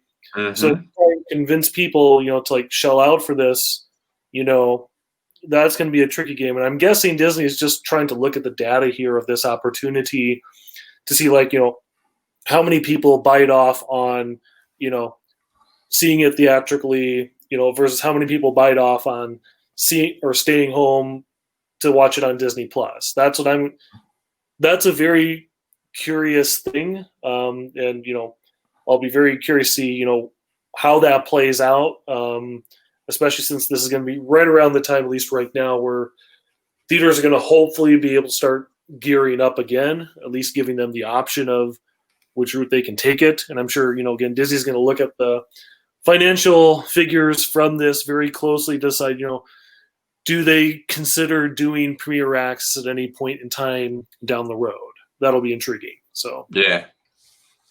I think this is kind of just a win-win for Disney at this point because, you could have put Raya and the Last Dragon on Disney Plus with your subscription like they are doing with Soul. But at this point, I kind of see what they're doing here is that Soul they really wanted to get out, and I think hitting it right on Christmas Day, you're going to get the families, you're going to get everyone to sign up for Disney Plus at least for a month during the holidays. But with this, it's like theaters might not be open yet in March for a lot of places, or you might not want to take the family out to watch this. But if you're a family of five, $30 for this movie to rent it and have it on your Disney Plus for as long as you have Disney Plus makes sense. That's much cheaper than taking all the kids out to the theater to watch it. So, and again, if you're like us and let's say you're don't want to put out the $30 and you can't make it to a theater, it'll be on Disney Plus 3 months after this, So right. It's just a win-win for Disney at this point. And I think, like Derek said, this is another test for what they can do with the Premiere Access stuff. They still haven't released the Mulan numbers, probably never will. Same goes with this. This will all be internal for them. So I think it's just another way they can test out what else they can do with Disney Plus and adding Premiere Access to certain movies. I still don't know what I think about that. I'm just saying. I mean, I'm not spending $30 on it, but a family of five would definitely consider that, I'm sure.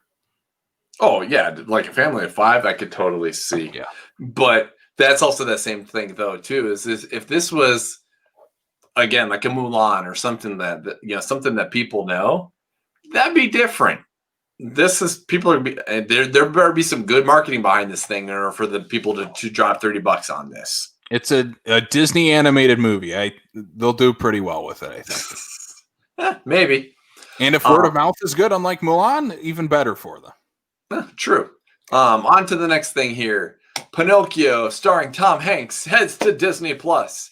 I forget when they said this was coming out or soon to be coming out, whatever the case is, but Tom Hanks is foregoing the movie theater again aka Greyhound, and going to Disney Plus. So I guess I get to see is Tom Hanks Geppetto? Because Yes. I imagine he's not going to play Pinocchio. Well, he could. It's a Bob Zemeckis movie. That's right. It is. This is a Zemeckis movie. He could just play the kid again. I don't know. I don't know. I know that Tom Hanks is going to be in a Pinocchio movie. Basically, when it comes to Pinocchio, until something actually comes out, whatever the case is, we just keep Guillermo del Toro over here and Zemeckis over there, Tom Hanks, Bob. Just I'll see when they finally come to fruition. Yeah, I don't know if you knew this, but Disney has basically been trying to get Tom Hanks to play Geppetto in a Pinocchio movie like forever. And ultimately, Tom Hanks' condition was, I will play Geppetto for you if you can get Zemeckis to direct it.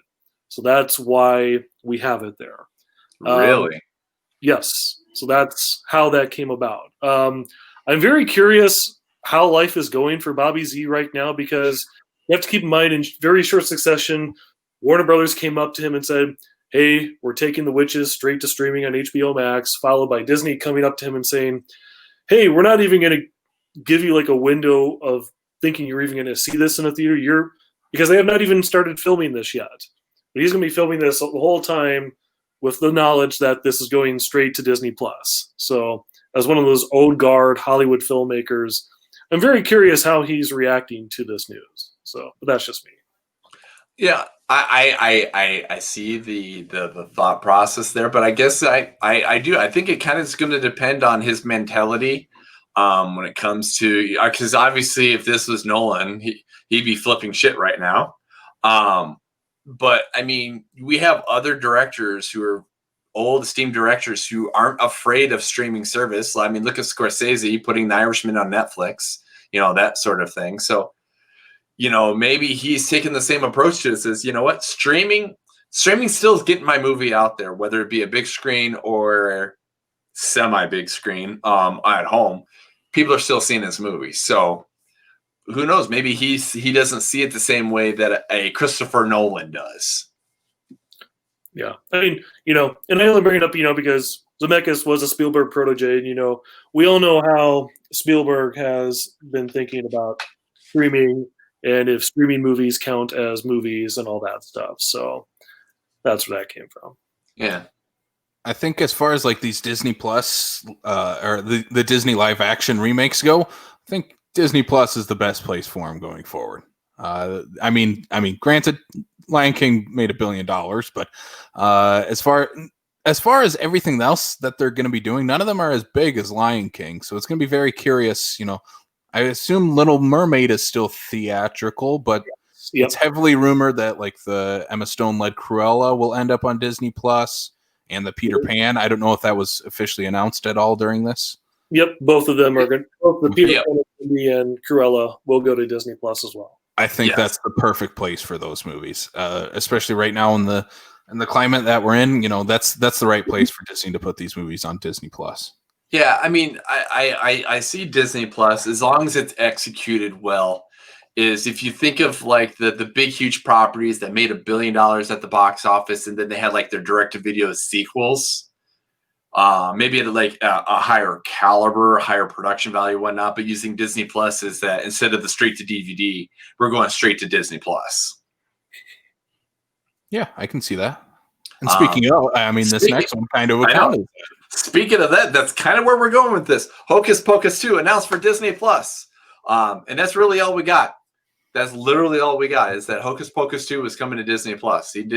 They made no reference to anybody returning, even though it's been talked about, or I don't remember if they've confirmed or not, at least of Bette Midler and whatnot. But it's like, if you're doing Hocus Pocus 2, even being ones that I've never seen this film, is why would you not do this and not bring the three gals back to do this film? I would think that the fact that Bette Midler and Sarah Jessica Parker and Kathleen Najimy did that reunion special a couple months ago around Halloween time, that gives me pretty good confidence that they'll be in this. So, I hope so. I think they themselves have kind of confirmed it. I know Mick Garris is working on the script for this because he helped write the first film, so that's pretty cool. Yeah, I'm stoked for this. It's been long rumored that they've been working on a Hocus Pocus 2. Again, the right place for it is on Disney Plus. I mean, as much as of a cult status this movie has, garnered, I think the best place for it is at home right now. You do say that, but I think there is enough of a cult following for the Hocus Pocus in general that if you release it at the right time and you release it in theaters, I think it would crush. I don't think it's a bad place to put it on Disney Plus. Mm-hmm. I just think that if you did, especially like if Disney would actually pull the trigger and do like a double feature, Hocus Pocus 2, and you took that to theaters, that would sell out in a heartbeat.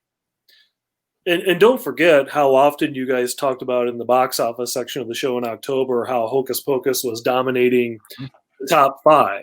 I mean, when I saw it at the drive-in back in October, I mean, both of those nights were sellouts. So I would personally be very curious to see how this movie could perform at the box office if it was given a chance. But, Disney Plus, it'll do what it needs to do for them in that regard too. So either way, it's going to be a win for Disney. So.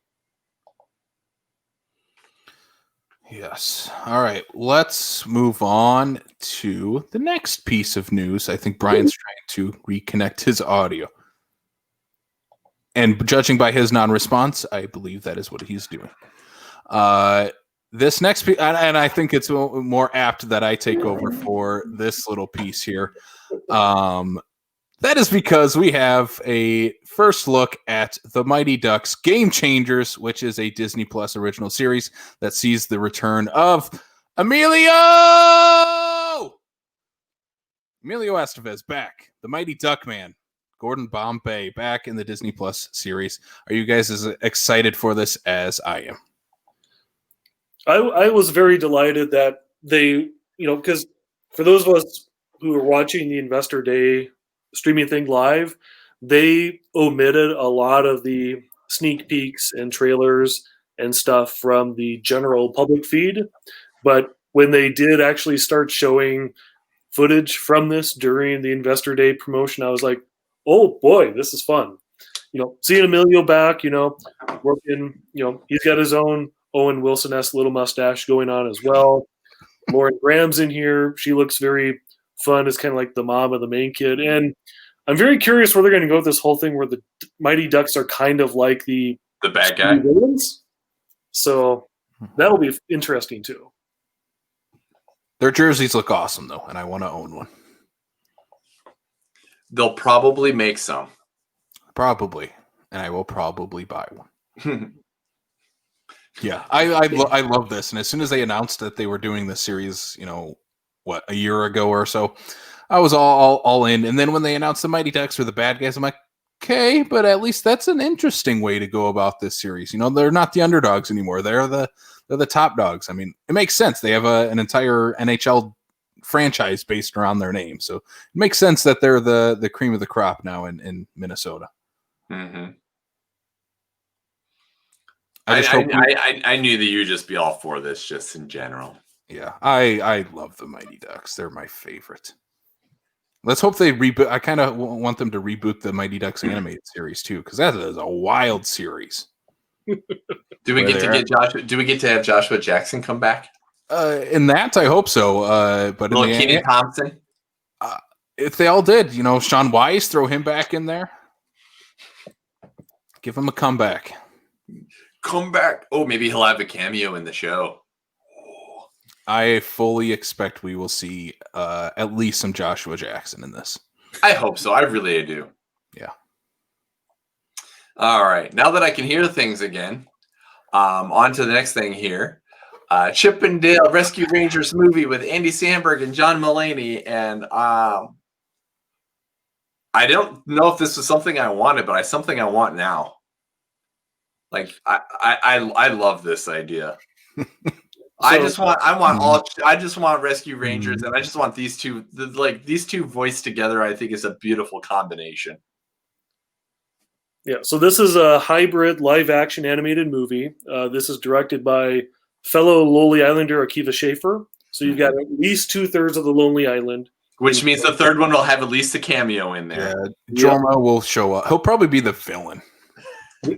They also took time on the presentation to mention that Seth Rogen is showing up for a cameo. Not sure for, but the fact that they're getting all these comedy guys here, to do this kind of sets it apart from your typical Disney afternoon rehash. So I'm fully in. With Seth Rogen's involved, there will be hash involved. That makes me super interested, this group that they got together for this, because all of those guys we just mentioned are known for their R-rated style of comedy. Mm-hmm. So it's like, how raunchy are we going to get in this Chip and Dale Rescue Rangers movie? Are we going to keep it super kid friendly, or are we, going to lean more towards that Lonely Island Seth Rogen style of comedy? I don't know.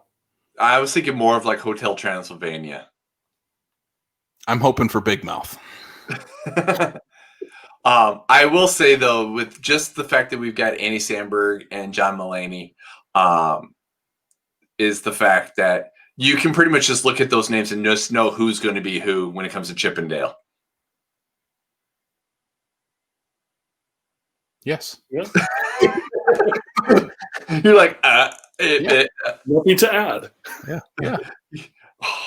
I enjoyed this. Both of these guys are no strangers to the animated realm either. So I think they lending their voices to this project is going to be perfect. I can't wait.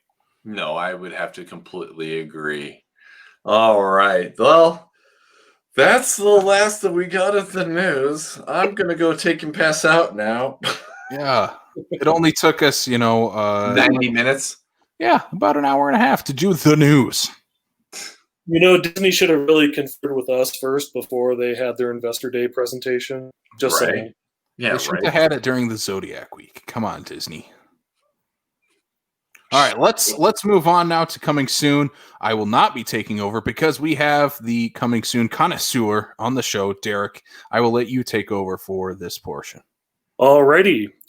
First up, I'm going to go with the main theatrical release for this week, which is Monster Hunter, hitting theaters this Friday, December 18th. This is the latest video game team-up between director Paul W.S. Anderson and his lovely wife, Mia Jovovich. Because if you thought that 6 Resident Evil movies were going to be enough in these efforts, you were wrong. Mia leads a team of soldiers that's been mysteriously transported to a mysterious new world filled with enormous monsters, and of course they go monster hunting. This movie also stars T.I., Tony Ya, and Ron Perlman. I don't recall what you guys' feelings are on the Resident Evil series, if you care about them or not. Does this look appealing to you in any way? Casey's like, no. I'm intrigued, but from my understanding, I've never played the Monster Hunter series or the game and whatnot. I've never played it. My understanding is that is just as much as he veered off of the lore that is Resident Evil, he's veered off of the lore that is Monster Hunter. And like you kind of alluded to, it's just another vehicle for him to be able to make a movie and put his wife in the starring role. Yep. Maybe I'll go see this. I'd be curious to see how this all plays out and whatnot. I know that they moved it up a week because there's really nothing else in theaters right now other than the Croods. I enjoy the Resident Evil movies for what they are. I actually don't think I even saw the 6th one. I haven't, might not have just watched it. But yeah, like I said, I think it's just one of those ones that he got the opportunity to make a big budget movie with his wife, and it wasn't a Resident Evil movie. So he's like, all right, let's go. So that's, yeah. Yeah, these two, they have their fans. There's fans of the Resident Evil series. I am not one of them. I could care less. But I mean, I might check this out in theaters for one reason. It is coming out in the midst of like Christmas breaks. So it'll be nice to see a new movie in the theater, since I have not gone back to the Cinemark here in Sioux Falls since Tenet and New Mutants came out. So this maybe will get me to go. I don't know. We'll see. It's at least a fun B movie to throw out during this holiday season. Big budget B movie. Yeah. All right. Next up on the list, we have the new action vehicle from Mr. Gerard Butler, Greenland, hitting premium VOD this Friday, December 18th. Basically, a comet's coming down to Earth, and Gerard Butler and his family are trying to escape it. And the movie is called Greenland because the premise of the movie is there's apparently this magical bunker that's in the country of Greenland that if Gerard Butler and his family get there, they'll survive the comet. So that is the actual plot of the movie. It also stars Marina Baccarin from the Deadpool movies and Firefly/Serenity as Gerard Butler's wife. Scott Glenn plays Gerard Butler's dad. The director of this movie is Rick Roman Raw, who's kind of become Gerard Butler's go-to director because he did Angel Has Fallen last year, and he's already been announced as the director for the fourth Has Fallen movie, which will come out at some point in the future because we needed a fourth Has Fallen movie. I should also mention, though, this is supposed to come out in theaters, this summer.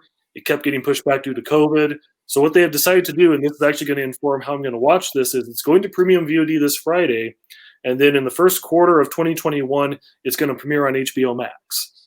And this movie looks fairly cheap enough where I'm like, I'm not going to shell out $20 for this. I'm just going to wait until it pops up on HBO Max, and then I'll give it a chance. So that's what I'm planning to do for this. Is they already announced that it's at the $20 mark? I believe it is, yes. I haven't checked the sites to confirm it, but all the other movies that have been going the premium VOD route, especially the Universal movies, have done the $20. So I expect that to fall in line with this. At least when it comes to like those, at least $20 seems a little bit more palatable than, I don't know. There's something about the $20 to $30 mark that is just that is literally like the breaking point for me anyway, personally. Totally. So you gonna shell out the $20 for Greenland? No, I've got HBO. I can wait until next year. Yeah, this movie looks terrible. I got Wonder Woman in like a week and a half. So yeah, this is a hard pass. Yeah. All right. Next up on this week's Shudder premiere, debuting this Thursday, December 17th, is the horror/western The Pale Door. After their attempted train heist goes wrong, a gang of train robbers hides out in a brothel. But the ladies inside the brothel are actually a coven of witches. The recognizable names in this cast include Zachary Knighton, Pat Healy, and Melora Walters. And this is directed by Aaron B. Kunst, who had a Shudder premiere earlier this year with Scare Package. And in fact, Casey actually interviewed Mr. Aaron Kunst to promote that launch. Yeah, and he mentioned The Pale Door at the end of that interview. I asked him what else he was working on, and he had mentioned The Pale Door. This is before it had even come out, and he kind of told me the premise. And I'm like, oh, dude, yeah, I'm in. A horror western sounds pretty awesome. And throw in some witches, yeah, I'm all for it. This is right up my alley. I know it released on VOD earlier this year, but because of his connections with Scare Package, I was fully expecting a Shudder release at some point in the near future. So here in December, perfect. This is going on my watch list for this upcoming week. And I will try to get Aaron on the show to talk about this one too. All right. Next up, we're getting into our theatrical re-releases. Disney, their theatrical re-release for this week is 1992, The Muppet Christmas Carol, which is entering theaters nationwide again this Friday, December 18th. This is the one with Michael Caine playing Ebenezer Scrooge and Muppets filling in all the other key roles. So this is Disney's main Christmas re-release near the Christmas season itself. I should also mention, I'm not sure if this is actually going to be in the version in theaters, but last week there was a story going on online about how this song When Love Is Gone song that was cut from the theatrical edition at the request of Mr. Quibi himself, Jeffrey Katzenberg, restored for the VHS release, and then has not been present in any DVD or Blu-ray releases. Apparently, Disney found the footage from that song, and they're restoring it at least to a Disney Plus version in the future. and I haven't seen any confirmation yet that this will be in this cut, but it wouldn't surprise me if it ended up there, especially if they're creating new DCPs for this. So that could add a little bit of intriguing flavor to this re-release if that is indeed the case. So we'll just have to see on that front. I would think the fact that they're making they're going on about the fact that Henson has that they found the missing thought that something that they thought was gone forever. I imagine that they're going to probably restore that and give that to the theaters. Why would you bring that up now if you're going to release it, in a week or so? Because then people are going to expect it. Yeah, that's kind of my thought process there as well. So, because you can't tell me that that piece of found footage wasn't found just last week and like, oh well, we got to bring it up because no, that's probably happened for a while. Yeah, I'm not planning to go watch this in theaters. I do think this is the best version of a Christmas Carol ever, and just so happens that the Muppets are in it. No, Scrooged. No, I'll take Kermit the Frog can fight Bill Murray any day, and I will take Kermit in that fight. Yeah, this movie's awesome. I love this movie. That was pretty good. But yeah, I watched it last year on Disney Plus. I'm not gonna rush out to theaters to watch it, but if they throw in that extra scene, I think that'd be a great marketing tactic for Disney to throw in. The fully restored Muppets Christmas Carol. All right. Next up on the theatrical release from Fathom Events, coming this Sunday, December 20th, is 1995's Babe. Yes, the movie about the talking pig. The movie that was surprisingly a huge hit and nominated for Best Picture and a slew of other Oscars back in the day. Starring James Cromwell in the movie that basically gave him his career for the last 25 years as Farmer Hoggett. Also with Christine Cavanaugh, a.k.a. Chucky from Rugrats, a.k.a. Dexter from Dexter's Laboratory as the voice of Babe. Directed by Chris Noonan, written and produced by George Miller, who then took over the reins completely for Babe, Pig in the City, which is a completely different movie than this. Because when I think George Miller, I think Babe, Pig in the City. Some people do. Yeah, Babe, Pig in the City has a big cult following with it. I haven't watched this movie in, I don't know, years. Probably since I was 6-7 years old. So it's been a long time since I've watched Babe. I remember nothing about this movie. Due for a rewatch, I suppose. I couldn't even remember when or if I've seen that recently. I know I've never seen Pig in the City, though. So maybe a Babe double feature is in the works pretty soon. Yeah, you can definitely tell the latter movie definitely has George Miller's fingerprints on it. So there that is. And then to wrap things up, because this is always a fun topic, we're going to quickly go through the State Theater's offerings for their sophomore weekend following their highly successful opening weekend, which we all got to enjoy watching White Christmas and Cinema Paradiso, and for me, Home Alone. They're doing all Christmas movies this weekend. Their big showcase title is It's a Wonderful Life, which is playing Thursday and Friday night and Saturday and Sunday matinees. You know what It's a Wonderful Life is. Jimmy Stewart, Donna Reed, Angel Gets Its Wings, Mr. Potter, all that stuff. I have never seen this in a theater before, because, again, it's the apocryphal TV staple. That's where everybody gets used to it. I think this will be very fun to watch, especially in the State Theater, even though they didn't show this originally in the 40s. It just seems like the appropriate venue for that. Mm-hmm. Which are those showings all sold out? Last I checked, as of this afternoon, 3 showings were sold out, and there was like 1 seat left for the Thursday showing. So, yeah, it's pretty much taken care of at this point. Mm-hmm. So, all right. Next, I figured their staple would be Krampus. Well, we'll get to that. But first, their Saturday night and Sunday night movie is 2003's Love Actually. The the epic romantic comedy starring everybody: Hugh Grant, Liam Neeson, Alan Rickman, Andrew Lincoln. Yep. Well, a very pre-Walking Dead Andrew Lincoln. Very much so.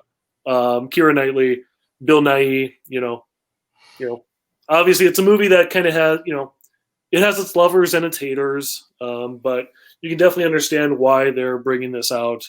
And I believe both of these showings have sold out as well. Unsurprisingly. So I've never seen the movie. It's never captured my attention. It captured my attention once I found out Andrew Lincoln was in it pre-Walking Dead, and it's that infamous scene that everybody sees, like from that movie and whatnot. That's the only reason why it's made me kind of want to go back and watch it. Not because Alan Rickman's in it? No, that's just the additional reason why you'd want to go see it. And I assume when Derek says Bill Nye, I'm assuming he's not talking about the science guy. So no. The British actor. The British actor. Although if they want to bring in Bill Nye the Science Guy, I'm fine with that too. I would have watched it then. If Bill Nye the Science Guy played Bill Nye's part, that would be very intriguing. I'll just say that. And leave it I there. want to know why there has not been some sort of something or other that has not put Bill Nye and Bill Nye in the same room for even like a 30-second commercial. I think that would be hilarious. I think that would be great. They'll get there someday. I hope so. Hopefully before Bill Nye dies. Yes. Hopefully this episode ends before Bill Nye dies. I'm trying to rush through here. So I've got a joke on just the fact that we've reached 2 hours, ladies and gentlemen. Yes. We are going to break the record tonight for sure. Yes. Awesome. All right. Next up on the docket, the State Theater is going to be trying out their first late night show on Saturday night at 10 p.m. They're going to be showing Michael Dougherty's Christmas follow-up to Trick or Treat, Krampus, starring Toni Collette, Adam Scott, and David Koechner, the 2015 horror comedy. I think this will be fun. I know this has some of its detractors as well as trying to live up to the immense shadow of Trick or Treat. But I think this is fun in its own regard, and I'm definitely looking forward to checking this out as well. Yeah, I'm very excited that the state is doing like in a version midnight screenings, like doing late night horror movies. I think that's really cool. I'm not a fan of Krampus. I don't plan on watching this in the theater. I saw it back in 2015 in the theater. I don't care for the movie, but I'm glad that they're bringing in movies like this, because if we can get a crowd out that wants to watch a Christmas horror comedy, that means we're going to get more horror movies down the road, which I think is very awesome. And and this kind of also goes into what they've told us before when we've spoken to them personally, is the fact that they're going to be listening to the people that are going to they're going to be listening to the members. They're going to be listening and and give us programming that is maybe even potentially unconventional. Like you're thinking like, well, we're going to have a Christmas movie here. Did you think that this would be one of those ones that they would actually throw out there just to see what would happen? No, when they announced this, I was like, Krampus. Okay, all right, that's interesting. I agreed. I've never seen this movie here, but after that, I'm like, all right, you've got my attention. I think I think you would like Krampus. Really? Yeah, just knowing the actors in it and the comedy style, I think you would like this movie. That's true. Because you like Gremlins. Who doesn't? Well, and this has a lot of Gremlins vibes to it. All right. And then wrapping things up, because the state is kind of committing to having a weekly, kids/family matinee. Their Christmas offering this weekend is the recent Netflix musical Jingle Jangle: A Christmas Journey, starring Forrest Whitaker as toy maker Jeronicus Jangle, and Keegan-Michael Key as Jeronicus Jangle's assistant, who tries to steal Jeronicus's most prized creation and ruin his endeavor. Also with like a CGI Ricky Martin doll and some other stars in there as well. I'm probably not going to check this out, but I will say I always appreciate the opportunity when we can see Netflix movies in theaters. I certainly appreciate it when like the West Mall got like Roma and The Irishman, and Casey enjoyed seeing Christmas Chronicles 2 in the theater. And even though it was a complete piece of crap, I certainly appreciated the opportunity that I had last month to see Hillbilly Elegy in a theater by myself. I thought you were talking Christmas Chronicles too. I'm like, oh, it's not that bad. And then, no, Hillbilly Elegy is horrible. A horrible movie. I don't know. I haven't seen it. Don't need to. I watched like the first 10, 15 minutes of Jingle Jangle on Thanksgiving Day, and then I had the remote taken from me. But the opening number is pretty incredible. And I think this is one to check out in the theaters. I think that would be really, really fun. Plus, it's got Keegan-Michael Key as the villain, so you can't theoretically go wrong with that. So. You said his name right that time. This is probably a better Netflix vehicle for him than the one that just came out last week. What? Prom? The Prom, which I have heard is horrible too. Mr. Well, Andy Heller was not a fan. You can't expect Meryl Streep to be an award-winning film every time. The Academy does. Oh, just you wait, Brian. She will get nominated for this movie. Not according to their credentials. all right. So that wraps up coming soon for this weekend, or for this coming weekend. Later this week, I'll be posting the full article on Backlog 605, including more movies coming to theaters and VOD that we didn't have time to cover here, fortunately. So be sure to check that out on the website later this week.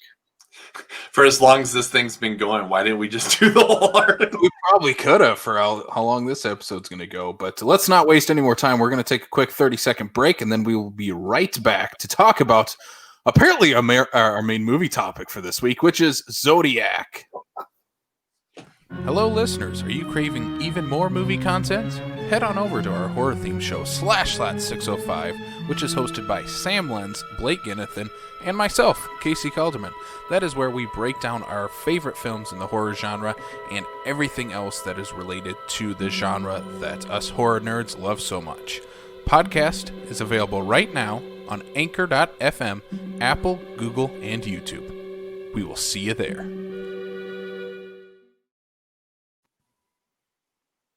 All right, we are back here talking about 2007's David Fincher classic, Zodiac.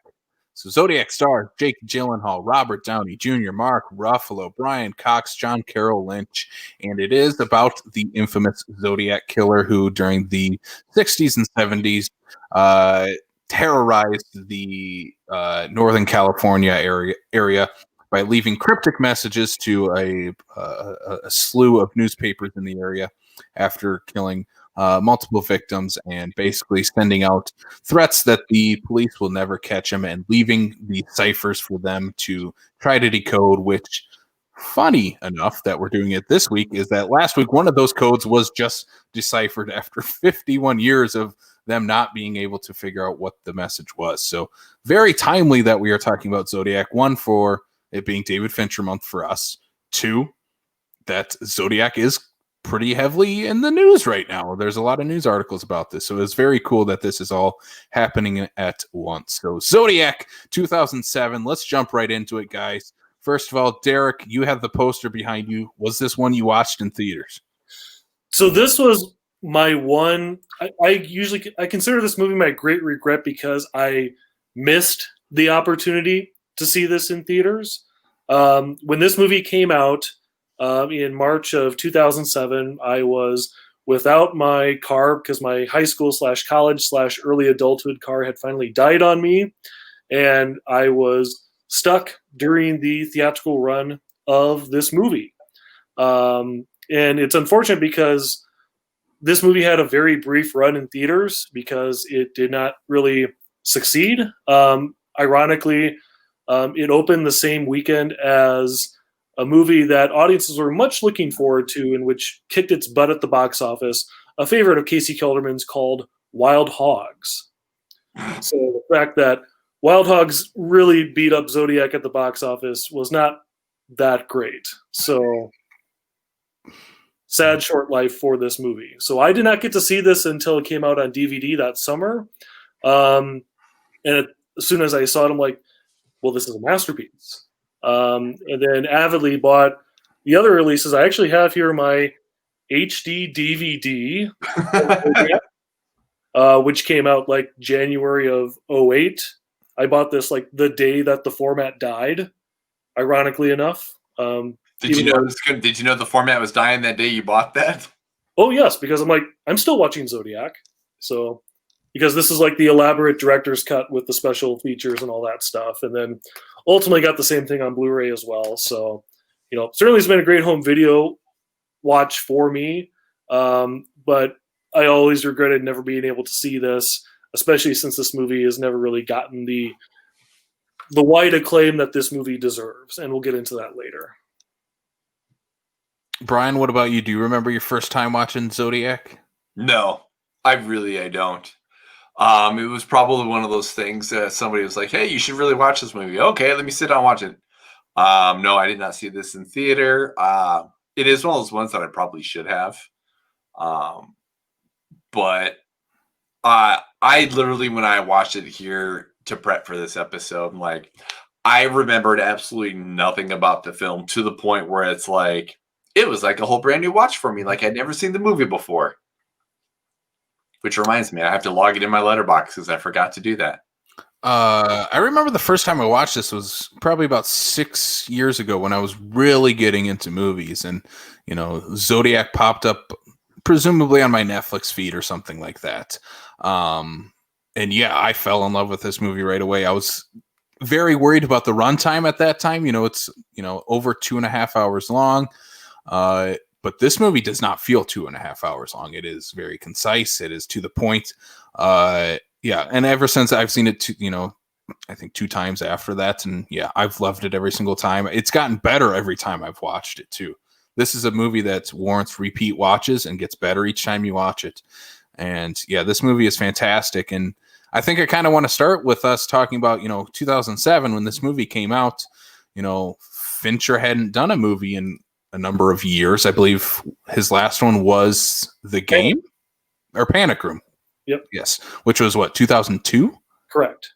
So 5 years had gone by. He was kind of out of the movie game, if I'm not mistaken, for a while. Well, part of this too was this movie actually got pushed back a little bit. This was supposed to be like a big Oscar contender for 2006, supposed to be released at the end of the year. But unfortunately, this was at the time when Paramount just acquired DreamWorks. And so this is going to be Paramount's big Oscar player. But then DreamWorks came in and said, hey, we've got Dreamgirls.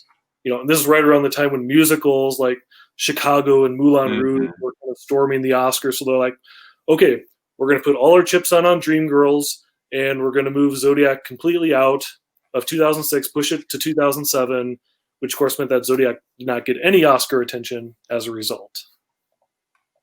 Yeah, I know. I was actually, when I got done watching the film, the first thing I immediately did is I actually went to Wikipedia and I was checking out awards and accolades, and I was like, it is completely absent from the Oscars. I was like, that is wrong. There's everything wrong with that.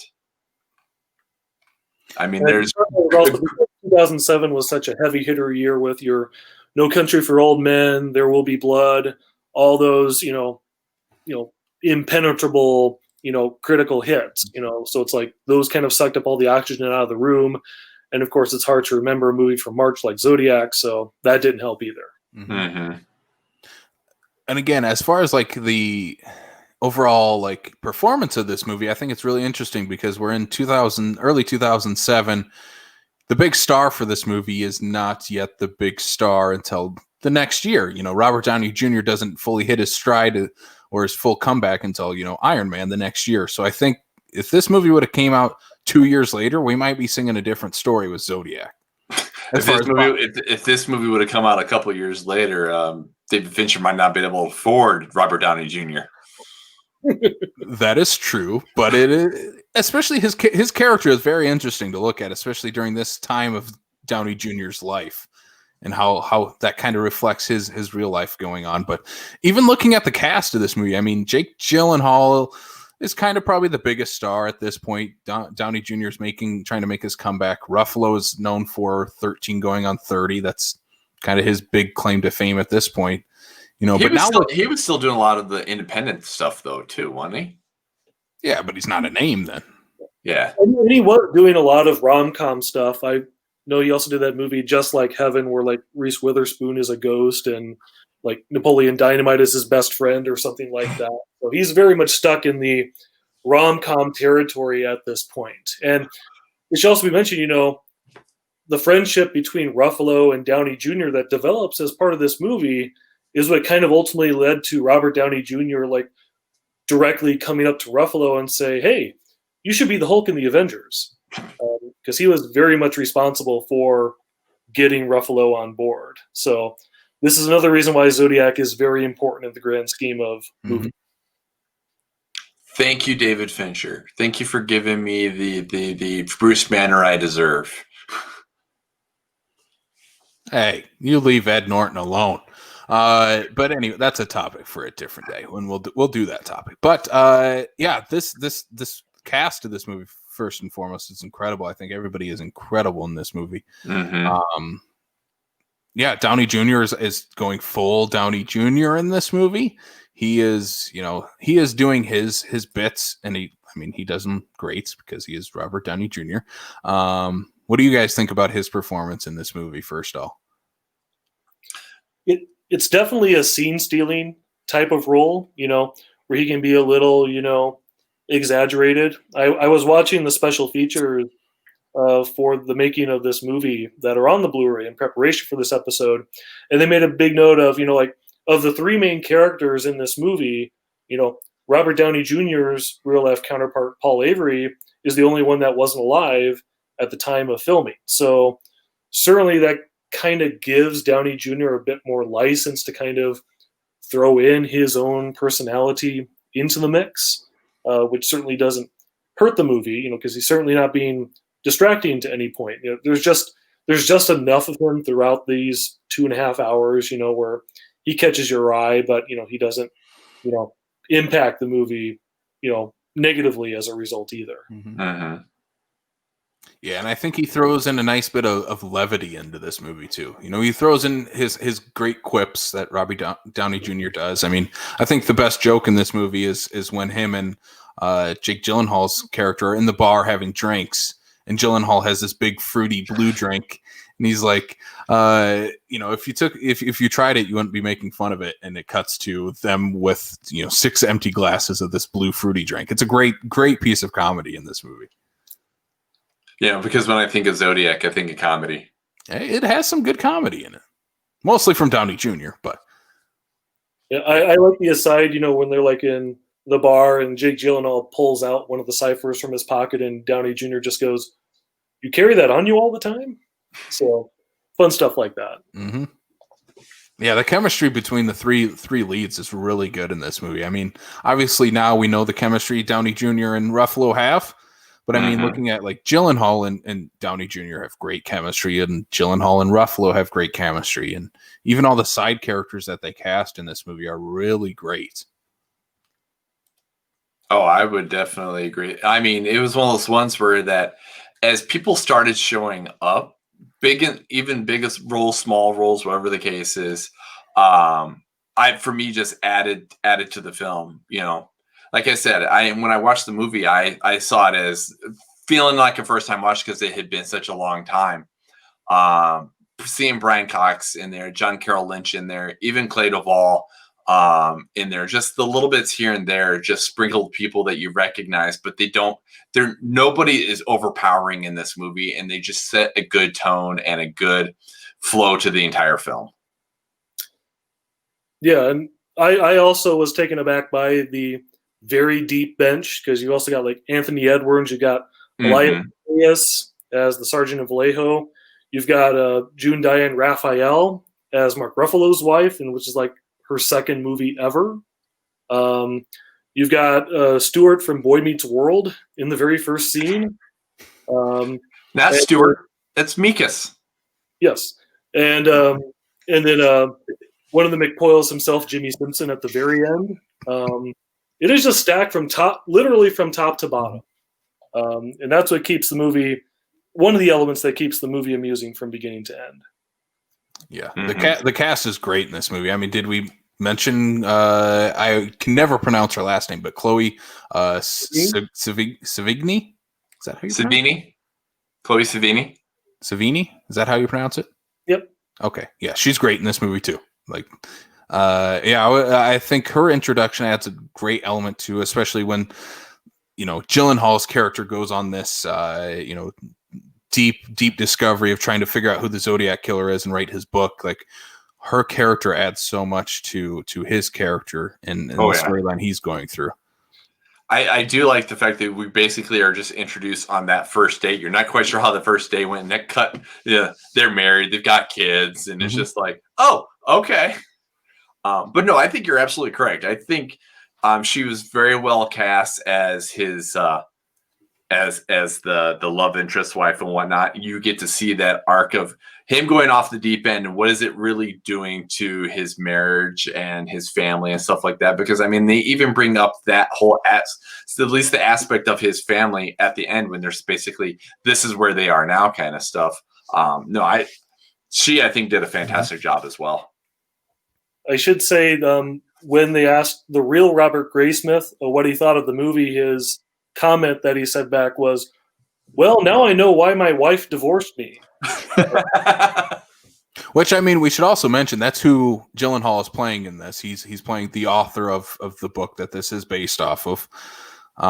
That's really interesting to hear that he was probably very connected to this movie, Robert Graysmith. Yeah. Go ahead. Yeah, in the Blu-ray special features, they go to the extent of, like, when David Fincher hopped on, his edict was, we're going to interview every living person that was involved in this case. We're going to bring on the real Robert Graysmith and the real David Tashi and many of the other investigators on as technical advisors to help kind of steer this in direction. His edict was, we're going to be as historically accurate as we can with this movie and leverage the skills of the people who knew the case firsthand to really elevate this movie. And I think that's probably one of the smartest things that I think he could have done, because, I mean, he could have been like, well, I'll just make my version of what I've read in the book. But no, he's like, no, I want this to be, true to exactly, because, I mean, these are people's families that were involved with this year. And it's probably, something to say, I want this to be true to form because I don't want to disrespect somebody's family in the process, and whether it be intentional or unintentional. And I think that's kind of the biggest aspect that works for Zodiac is how true to real life this movie is. Like how much of the facts it does get right. It takes liberties as a movie should, and it does.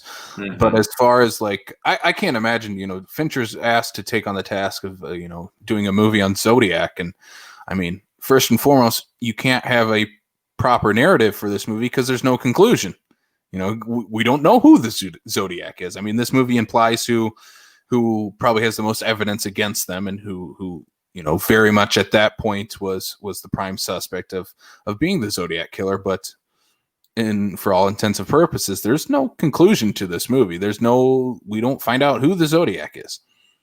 And yet I think that's what makes the movie what makes the movie least satisfying to me in the end is the movie basically builds its ending around that. Not just the scene with Gyllenhaal laying out his case in the diner, but even that scene in the hardware store where he comes in and he looks at Arthur Lee Allen and he, you can tell on his face, he knows deep down, he knows this is the guy, but he can't be 100% certain. And he just has to sit there and look at it and live with that. I mean, that's a very bold choice, for a movie, especially, when you have this 2.5 hour narrative that ends up, with this, open-endedness. Mm-hmm. So. And I never feel like the movie like points the finger at one person either. Like, definitively, you're the Zodiac killer. There's no other way it could be anyone else. I think It makes a statement for who Fincher and Graysmith believe the Zodiac killer to be, but it doesn't explicitly say this was the guy. He just never was indicted for it. Right. And I think a lot of that goes to, the way the movie kind of lays out the entire case, the way it lays out all the evidence and coincidences and how everything kind of links up together, with like, the handwriting, the Zodiac watch, and all those elements that come together so that when you do get to that ending and Gyllenhaal is kind of laying out his case and, the movie's case to an extent, you see how all that stuff played out, how all that stuff relates to each other. It's not just like, here's the guy we think it is. It's here's the guy we think it is, and here's why we think it is.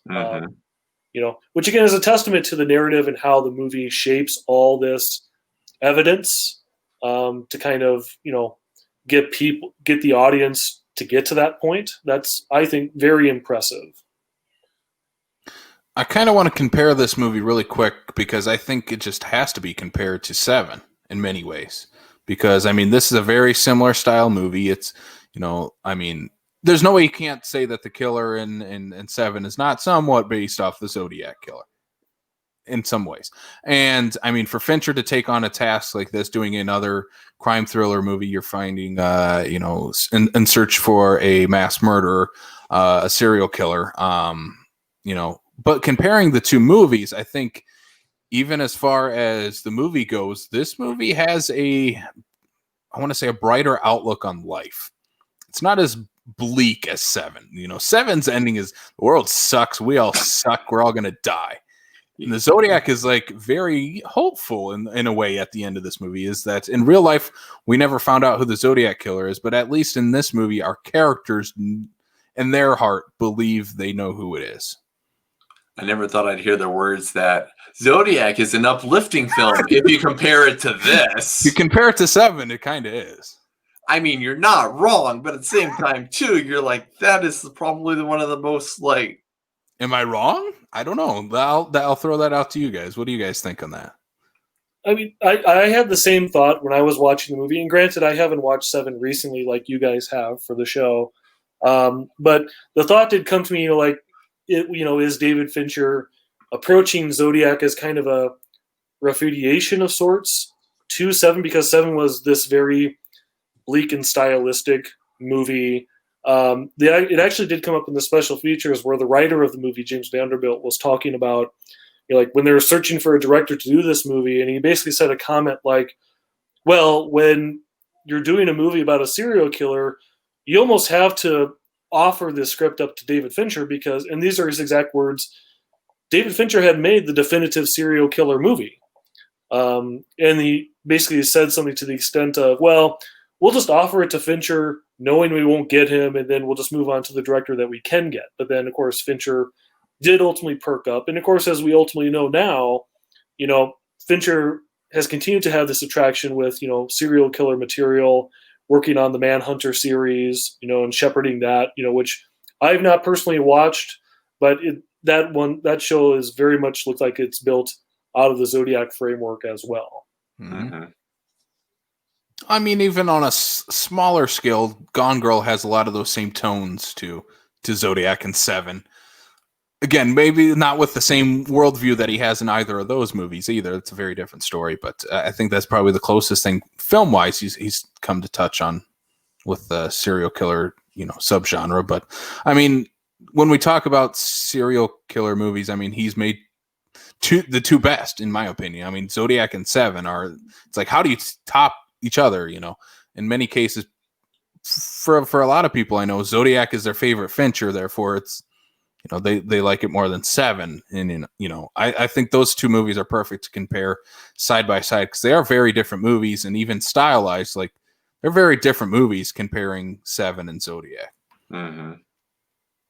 And I think the other thing to key mention with Zodiac is, this is a movie that's very much about the case of the Zodiac killer and about especially the case work, the investigative work, that Tashi and his partner are going through, the evidence they're sifting through, going through the crime scenes, all that, like working with the other, police departments like Elias Koteas, to correspond and corroborate evidence, all that stuff. They're, the grunt work, as it will, and that kind of really grounds this movie and really show, the process in it. And in the process, again, we're seeing how they're putting the pieces together, which allows us to put the pieces together at least as far as we can do so without being 100% certain.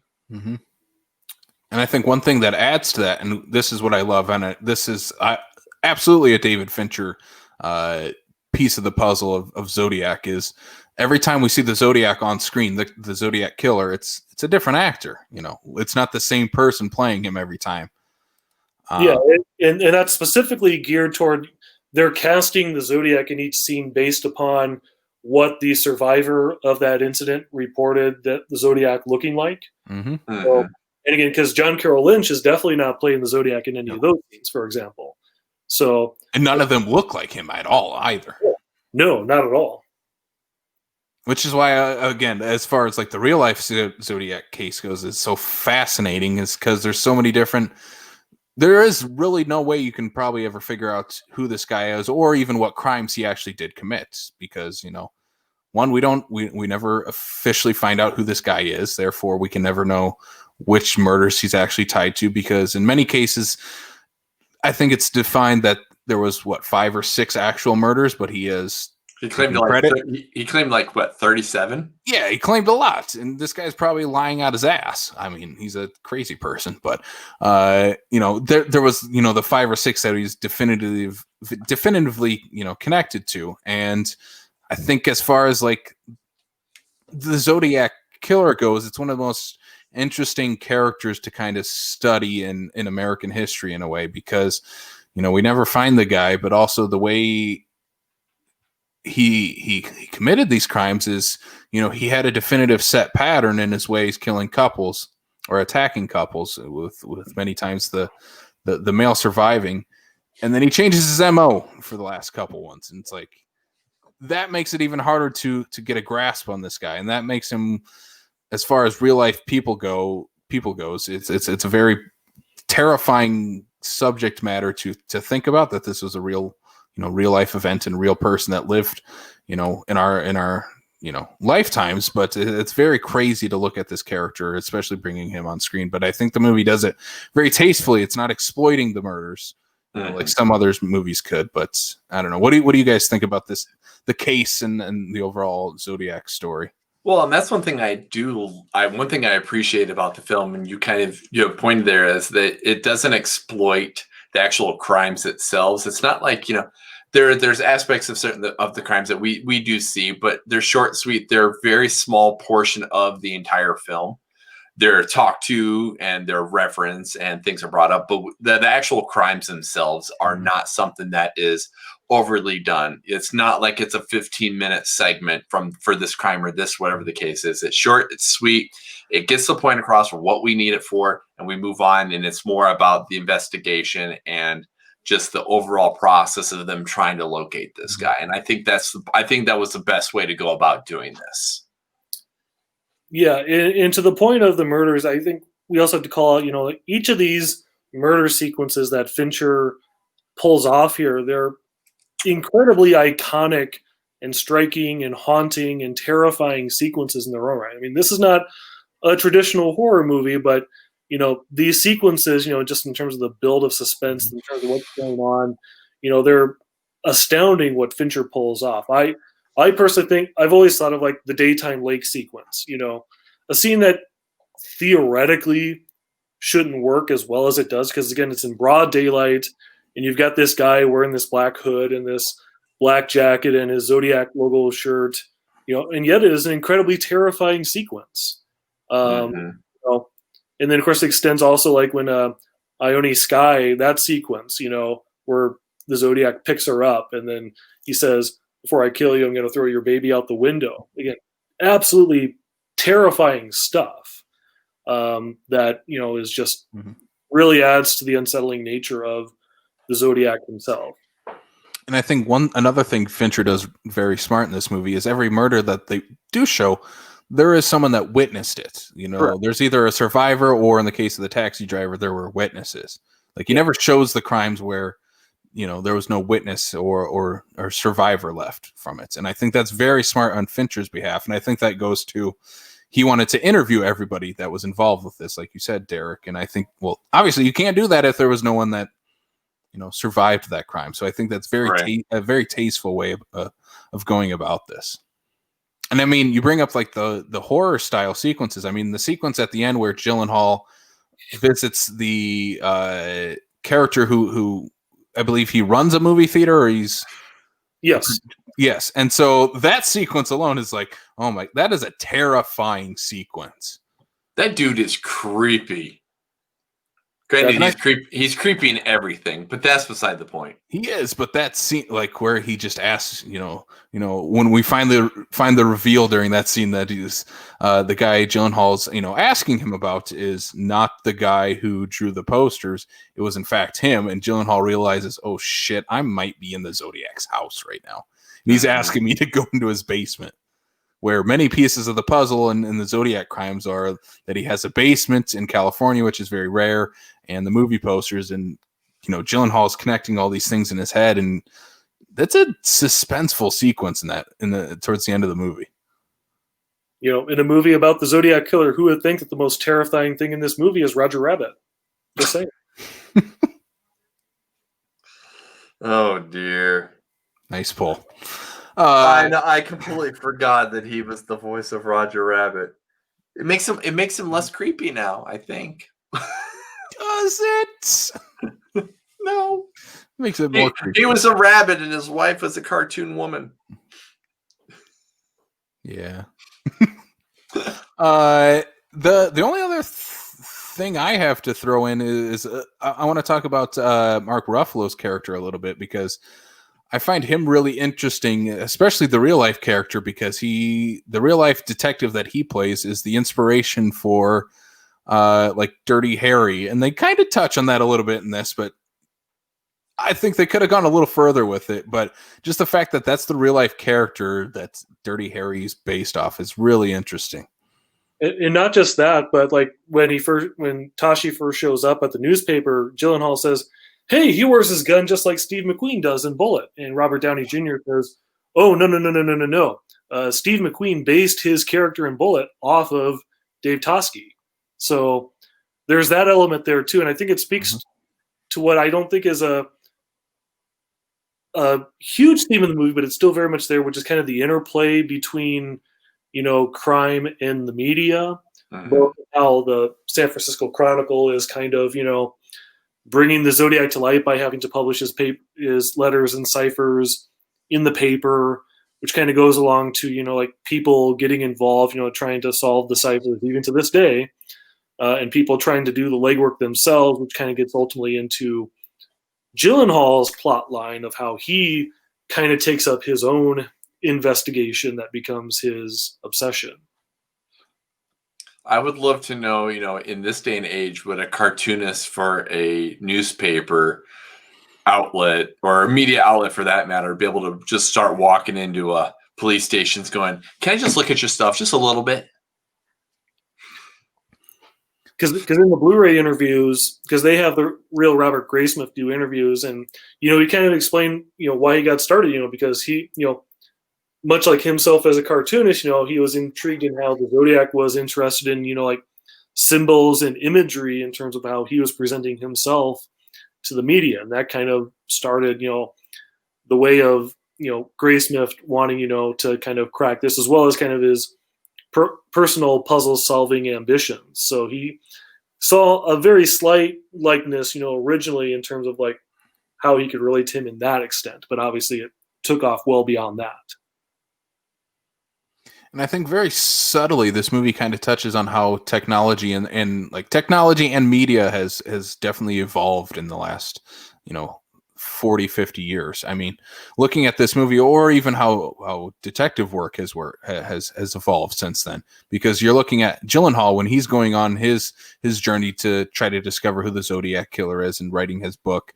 He's having to go to, three different jurisdictions on this to get information. They're all telling him different things and not giving him clearance to certain things. I mean, looking at that now and how much easier it is to relay information from one place to another, that was not available at this time. And I think that's a really interesting way, because I think Fincher is kind of maybe giving a little commentary to that in this movie, is how much we have evolved as humans to, exchange information in that way. I mean, he gets on that, a lot more in another movie poster that is right behind Derrick, a little Social Network movie. But yeah, I think that's really interesting, especially like looking at how they, deal with crime scenes. These cops are touching everything. Like, put gloves on, don't touch anything. And I think, and that's one of the biggest reasons why the Zodiac case has never been solved, because by the time forensics gets to where it is, the evidence it was contaminated with. Everybody was touching it with their bare hands. They were just opening his letters willy-nilly. Well, and you basically said it, because one of the things that they mentioned in the film is that they're trying to go back to that first that crime and whatnot. And he's like, I don't have any evidence for you. Well, what do you mean you don't have any evidence? Because there is none, because the guy literally just kind of swept everything into a bag and took it into the station. So it pretty much contaminated everything right from that get-go. Man, if they would just do that right today, that dude's fired. That dude is that's not going to happen. These guys have obviously not watched CSI before. Right. And I do love the fact that, they had to mail stuff back and forth to each other because they didn't have a telefax. Because let's send crucial information and evidence in the mail. Yeah. The other thing I'll point out in that regard is not just the passing of time with, the investigation, but, this is kind of like one of the last big, like, newspaper movies, because they used to be kind of dominant with, like, all the President's Men, things where you got these bustling newsrooms, and obviously, newspapers going out of vogue. That hasn't happened much, although we did get Spotlight. The Post. Yes, that too. So, I mean, that's fair. Like, filmmakers will find a way to bring it back, even as newspapers themselves have pretty much all but died off at this point. So. All right. Do you guys have any other final thoughts you want to bring up on Zodiac, as we're running up close to the 3-hour mark on this? We're past the runtime of Zodiac already. What? Yeah. What were we thinking? This is one of those ones where I'm glad we got a chance to revisit this film. It doesn't pop up very much on my radar very often and whatnot. This is one of those ones where it's like, I don't think this would be something I could routinely like rewatch all the time. This would be one of those ones I think I have to let sit and let my brain rest and whatnot, because it's a very, very, very good film. Everything is great about it, but it's one of those ones that, because it was never solved and everything like that, you sit there and you yourself are going to start racking your brain and trying to connect the dots. You're like, you know what? I just need to let that go. I just need to put that into the wayside for a little bit. Or you're like me and you hop on the History Channel and start watching Zodiac documentaries and TV shows and go further down the rabbit hole. I might end up like Jake Gyllenhaal by the end of this month. Well, we'll see how your hair shows up and whatnot. Let's hope not. Just make sure you take a shower. Yes. I do want to call out two other performances real quick, because I think they're both incredibly awesome. First off, Brian Cox doesn't have much time in this movie, but when he's on screen, especially when he's on that morning show talking to the Zodiac, he's absolutely magnetic in that part. I mean, really spellbinding. Like, offering genuine concern for whoever is on the phone. He doesn't have much time, but he makes the most of it. And then I do want to touch on John Carroll Lynch very quickly, because he has a very tricky part in this movie in terms of being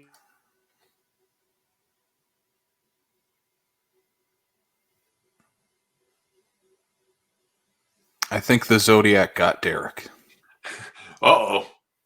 We lost the Derrick. Oh, no. There he is. All right. Okay. All right. We thought the Zodiac got you. That could be. Just to recap, I was just mentioning John Carroll Lynch real quick, because, he has a very tricky part in this movie where he has to have that air of ambiguity in terms of, is he the Zodiac or is he not? And he plays that line very well, especially that first scene where they're interviewing him at work. He seems like a normal guy, but then he's kind of explaining all the stuff of like, oh yeah, the blood on the knives in my car, that's just from me cutting up chickens.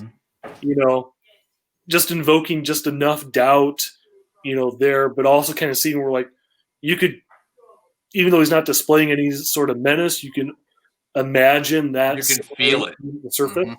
So he does a very good job, kind of helping, because ultimately that's the point that's coming down to is like, is he the Zodiac or not? And, John Carroll Lynch gives a performance that's very much, offering up, you to take that in either direction as you see fit. Yeah, I think he's incredible in this movie. And he rides that fine line of like, this guy is pretty terrifying, but I can also see where he's just a normal guy who could have been in a bad situation. Just coincidences came up. But the movie definitely paints him as probably the Zodiac. And again, I think that's just one of the masterworks of David Fincher in this movie is that he'll lay out all the groundwork of John Carroll Lynch's character is leaning towards he's probably the Zodiac, but he also lets you make up your own mind of is he, or is it still up for debate who the Zodiac killer might have been? And I think that's just one of the masterworks of Fincher in this movie. I think this is definitively one of his masterpieces, and I mean it is damn near a perfect movie. The performances, the storyline, the just little intricacies that Fincher throws in this movie are perfect. And I mean, we don't even touch on a lot of the camera work in this movie is incredible. And I think even using all the digital effects in this movie still hold up to this day, and using them as helping to tell the passage of time is perfect. I think this is just a fantastic movie. Mm-hmm. Yeah. The one visual effects piece that you may not even know was a visual effects piece in this movie was when Mark Ruffalo shows up to investigate the crime scene for the cabbie killing. That is mostly all CGI. Mark Ruffalo running around blue screens because they could not shoot on the actual street where it happened. So they're like, well, we're going to lay out a parking lot to shoot this on, and we're going to do a bunch of green screens, and we're going to CGI all that in. So again, Fincher does a lot of very subtle stuff with visual effects here that again works very, very well. All right, I think we will wrap this thing up here talking Zodiac for 2 hours and 46 minutes. I think we got a good change of pace. I mean, we got all our Disney and Marvel stuff in the first half, and then talking about Fincher's masterwork in the Zodiac. I think this was a well-balanced episode, if I do say so. Well-balanced. Well-balanced like 3-hour episode. But anyway, let's get down to it. If you would like to check out this podcast and any other podcast that we do, please check us out on Apple, Spotify, Stitcher, Google, YouTube, and on Amazon Music as well. And then check us out on backlot605.com. The website just got a nice new renovation, so it looks a little cleaner, a little brighter. It's got a brand new look to it, so go check it out. Backlot605.com. And please go check that out. And again, coming soon is available on backlot605.com, which has also gotten a nice little renovation to it as well. New look, fresh look. Brian, where can they find us on socials medias? On the socials of medias? It's been a long episode. You're like, all right, yes, you can check us out on Facebook, on Twitter, and on Instagram. You can find us at Backlot605. You can also check us out on the South Dakota Film Community Group on Facebook. Join the conversation. We like to share and talk about what's going on and all that fun stuff. We'd like to hear from you. Yes, absolutely we would. And along with that, you can join our Patreon if you'd like to. This is patreon.com/backlot605. You can join our $1, $3, and $5 tiers. On that $1, you get a shout out on every episode. $3, you get it. Have exclusive voting power, which includes this month's David Fincher series. Right now, it's a pretty heavy lead for The Game, being the movie that me and Brian will discuss. And if you want to hear our podcast, our extra bonus podcast, join the $5 a month tier. You get a bonus episode every single month, sometimes two. Why not? You get another bonus episode for joining the $5 tiers. Again, patreon.com/backlot605. And we do have to give a big shout out to our patrons, Logan, Blake, Andy, Derrick, who is on the show right now, Lou, and Corey. So thank you guys so much for helping us out.